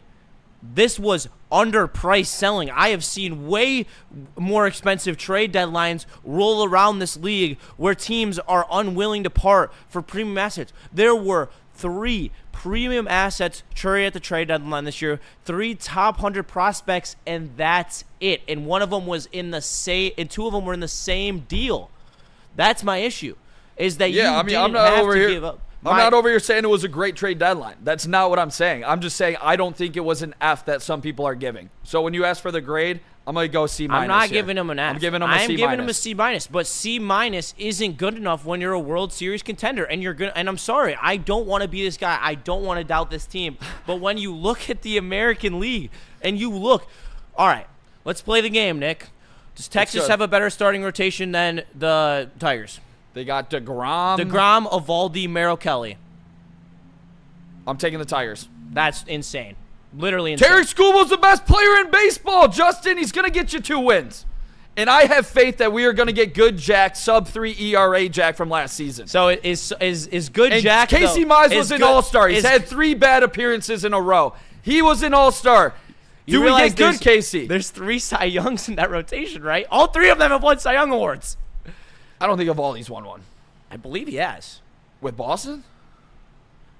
Or didn't he win a World Series MVP? Has Merrill Kelly won a Cy Young? I know Merrill Kelly has. In that I one year where he was unbelievable. DeGrom scares me in that. I'm still taking the Tigers because the 3 top Cy heavy Young of MLB. candidates. Let's say it like that, because they've all. I know for sure they've been candidates and in the running in multiple years. I'm taking the Tigers. I'm taking the Rangers. Would you take the Mariners starting rotation or the Tigers? I would take the Mariners probably. And would you take the Mariners bullpen over the Tigers? Yes. Or would you take the Mariners lineup over the Tigers? Yeah. Okay, there you go. All right. Well, I never said that the Tigers were better than the Mariners. I think they're the most dangerous team in the American League after the trade deadline. Well, what about one of the other most dangerous teams in the AL? Let's go with the Houston Astros.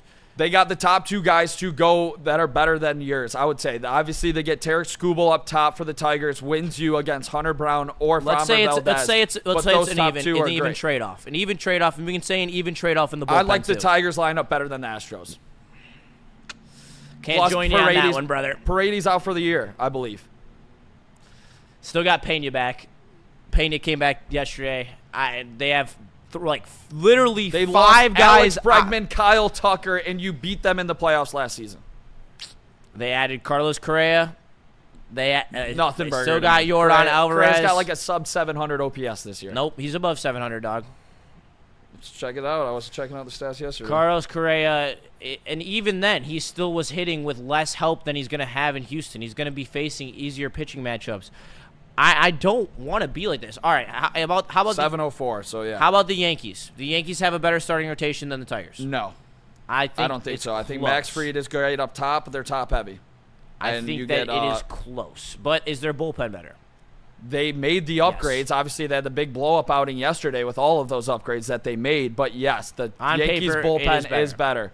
I mean, you can say this too. They have better bats than the Yankees. The Yankees went out and got one of the best closers in baseball in the offseason, who's been terrible this year in Devin Williams. So it doesn't always pan out that way. And I will say this. I'm not over here celebrating the trade deadline, Justin. I think you're painting me in a light where I'm like saying A+, they did a phenomenal job. I'm not saying that. I'm saying this team made upgrades. Maybe they weren't the biggest upgrades that everyone wanted to see, but I still think they were upgrades when you think about getting Chris Paddock and Kyle Finnegan. I think it'll help this team win some ball games. I think it will help this team win this ball games, but I'm not talking about winning ball games. I'm talking about winning the World Series. And when we're looking at a team that has the second best team record in the AL, it is inexcusable only making minuscule upgrades to this team when you had a chance to put a stranglehold on the AL. You could have been the Mariners. What stopped? I would have fucking loved it, Justin. Dropping F-bombs over here, fired up. If Eugenio Suarez was on this team, I would say that the Tigers would win the World Series. I'm not going to say that right now because I don't believe it as of right now. But I think... I'm just saying, it was a missed opportunity. I think the Mariners are the most dangerous team in the American League, and I still think the Tigers are right behind them. Are you taking all of those other teams above the Detroit Tigers that you mentioned? The Rangers, the Yankees, the Mariners? The Yankees because we own them notoriously. But to be completely honest with you, Nick, I The Astros, I'm pretty middling. I would rather play the Astros than play the Rangers. I can tell you that. Are you taking the Jays over them? Yeah. They just showed you. In one of the worst stretches of baseball. That's why I'm trying They can match you starting pitching wise. They can match you lineup wise, and they have a better bullpen. I'm not trying to be Debbie Downer over here, but it's an extremely harsh reality that we're in right now, that we went from being the clear best team in the AL before the trade deadline, and now it is yet to be seen that they are even the second best team in the AL, because they just lost series against all the teams they're competing with. I will tell you this, Justin. Right now, if you go on your Caesars Sportsbook app, the Detroit Tigers are the favorite to win the American League right now at plus 340, followed by the Yankees at plus 390, the Blue Jays at plus 450, the Astros at plus 480, and the Mariners at plus 650. I'm going to ride with what I've seen the last 162 games. I do believe they needed to make more significant upgrades to be a legitimate World Series contender. I'm with you on that. I think they, scared money don't make money. And they were scared at this trade deadline, and it shows. I agree with you on that. But I still do believe that this team can win the American League. And you saw the Detroit Tigers put up 3 home runs against Zach Wheeler today. Love to see that. And I got to believe that I'm going to believe what this team has showed me through 162 games, and it's that they've been the best team in baseball. Yeah, I think, they aren't the best team in baseball now. There's multiple teams that have better records than them. Throughout the last 162 games. It's fair. I don't know how many times, Chris Fetter can pull a sub 3 ERA out of his ass and make him a generational bullpen arm in the way that he did last year. It's a lot of ifs, ands, buts, and hopefully it works out. And that's why I have such a gripe with this team right now, is because today you could have, if you would have had higher leverage bullpen arms, where imagine if Will Vest was pitching, not pitching today. If you would have had any of the rentals that are better than this current bullpen coming out in the 8th inning, wouldn't that have been nice? I mean, Vest was looking bad. He was the best reliever on our team for the entire year so far, and now he's cracking. Canely was the best reliever for a while. He's cracking. There is so many signs of major regression by this team, and that's my issue. Is right now a lot of teams are getting hot at the rim, and the Tigers are too. They are finding their stride again. Well, everyone wanted to just laughed at me about the Rangers. I mean, they are 6-4 in the last 10, and they have been on an absolute tear since they've returned some guys from injury, and they are. I feel comfortable in winning the AL Central. I feel comfortable competing in our first playoff series, but when it comes to the ALCS and we need big swings and we need big pitches to be made by our bullpen, I doubt the ability. And that's partially from last year. You saw the Guardians, who actually had a legit consistent bullpen. We still were dealing with a little bit of pitching chaos back there, and you saw it. They handed the ball over to Smith, Clase, and forgetting the third one, every single time. And it was 1, 2, 3, outside of Kerry Carpenter's bombs. And shout out to Kerry for being able to make those big swings. It just seems like when they go against power arms, they struggle. Yeah, I mean, there's no doubt about it, but I am, like I said, going to choose to err on the side of positivity with this Detroit Tigers team. Do I think that they made the best upgrades? No, but I do think that they made upgrades, and that's the biggest thing. Is the Tigers win this game against the Phillies today 7-5, as they get a big win against one of the best pitchers in baseball in Zach Wheeler, as the Tigers show out, looking to win tomorrow night, as Charlie Morton will take the tit for the first time as a Detroit Tiger, hopefully setting back the clock a little bit and get some of that 2-time World Series champion in an extremely tough matchup for the Tigers. Yes, it will be. And Chilling Under Vecna wants to make a bet with me that the Tigers will not make it out of the first round of the playoffs. I do not accept, because I think that it's going to be a coin flip series in the first round when they have a bye and they're playing whatever division winner they end up matching up with, whether that is the Astros, whether that is Seattle, whether that is the Blue Jays, yet to be seen. A lot of baseball yet to be played. I think it really depends on the matchup. I think there's some tough matchups in the AL now where when I was originally looking at it before this trade deadline, you were looking at it like, all right, we match up pretty well against that team. We match up pretty well against that team. And then the trade deadline happens, and you didn't sit on your hands, but you put them behind your back. You know, maybe took them out a couple times and really missed an opportunity. I think that if we still had Dave Dombrowski here and our old ownership, that this team would be prepared to make a World Series run. And that just is not the case for this team this year. That they didn't, and I'm not saying they can't do it, but they didn't gear themselves up at the trade deadline in a way that a true World Series contender does, like the way that everyone who is legitimately competing for a World Series did at this deadline. Seemed like the other teams were a little bit desperate to try to hang out with the Dodgers in the National League. As you saw a bunch of big moves being made, that's what it seemed like to me. The Mariners were desperate because they saw the opening that there is, because they're a franchise that's actually desperate to win. They are so desperate for a winner because they haven't won anything here. We think that we are like oppressed, but like look at a team like Seattle. Hasn't even won a championship series. They've never won an ALCS, and they were like, you know what?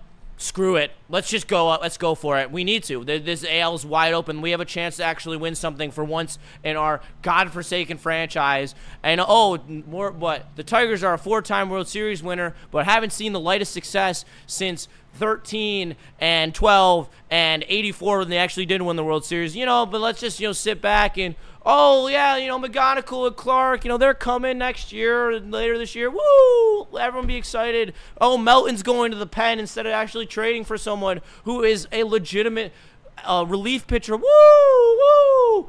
I am excited about this team, and they are very good.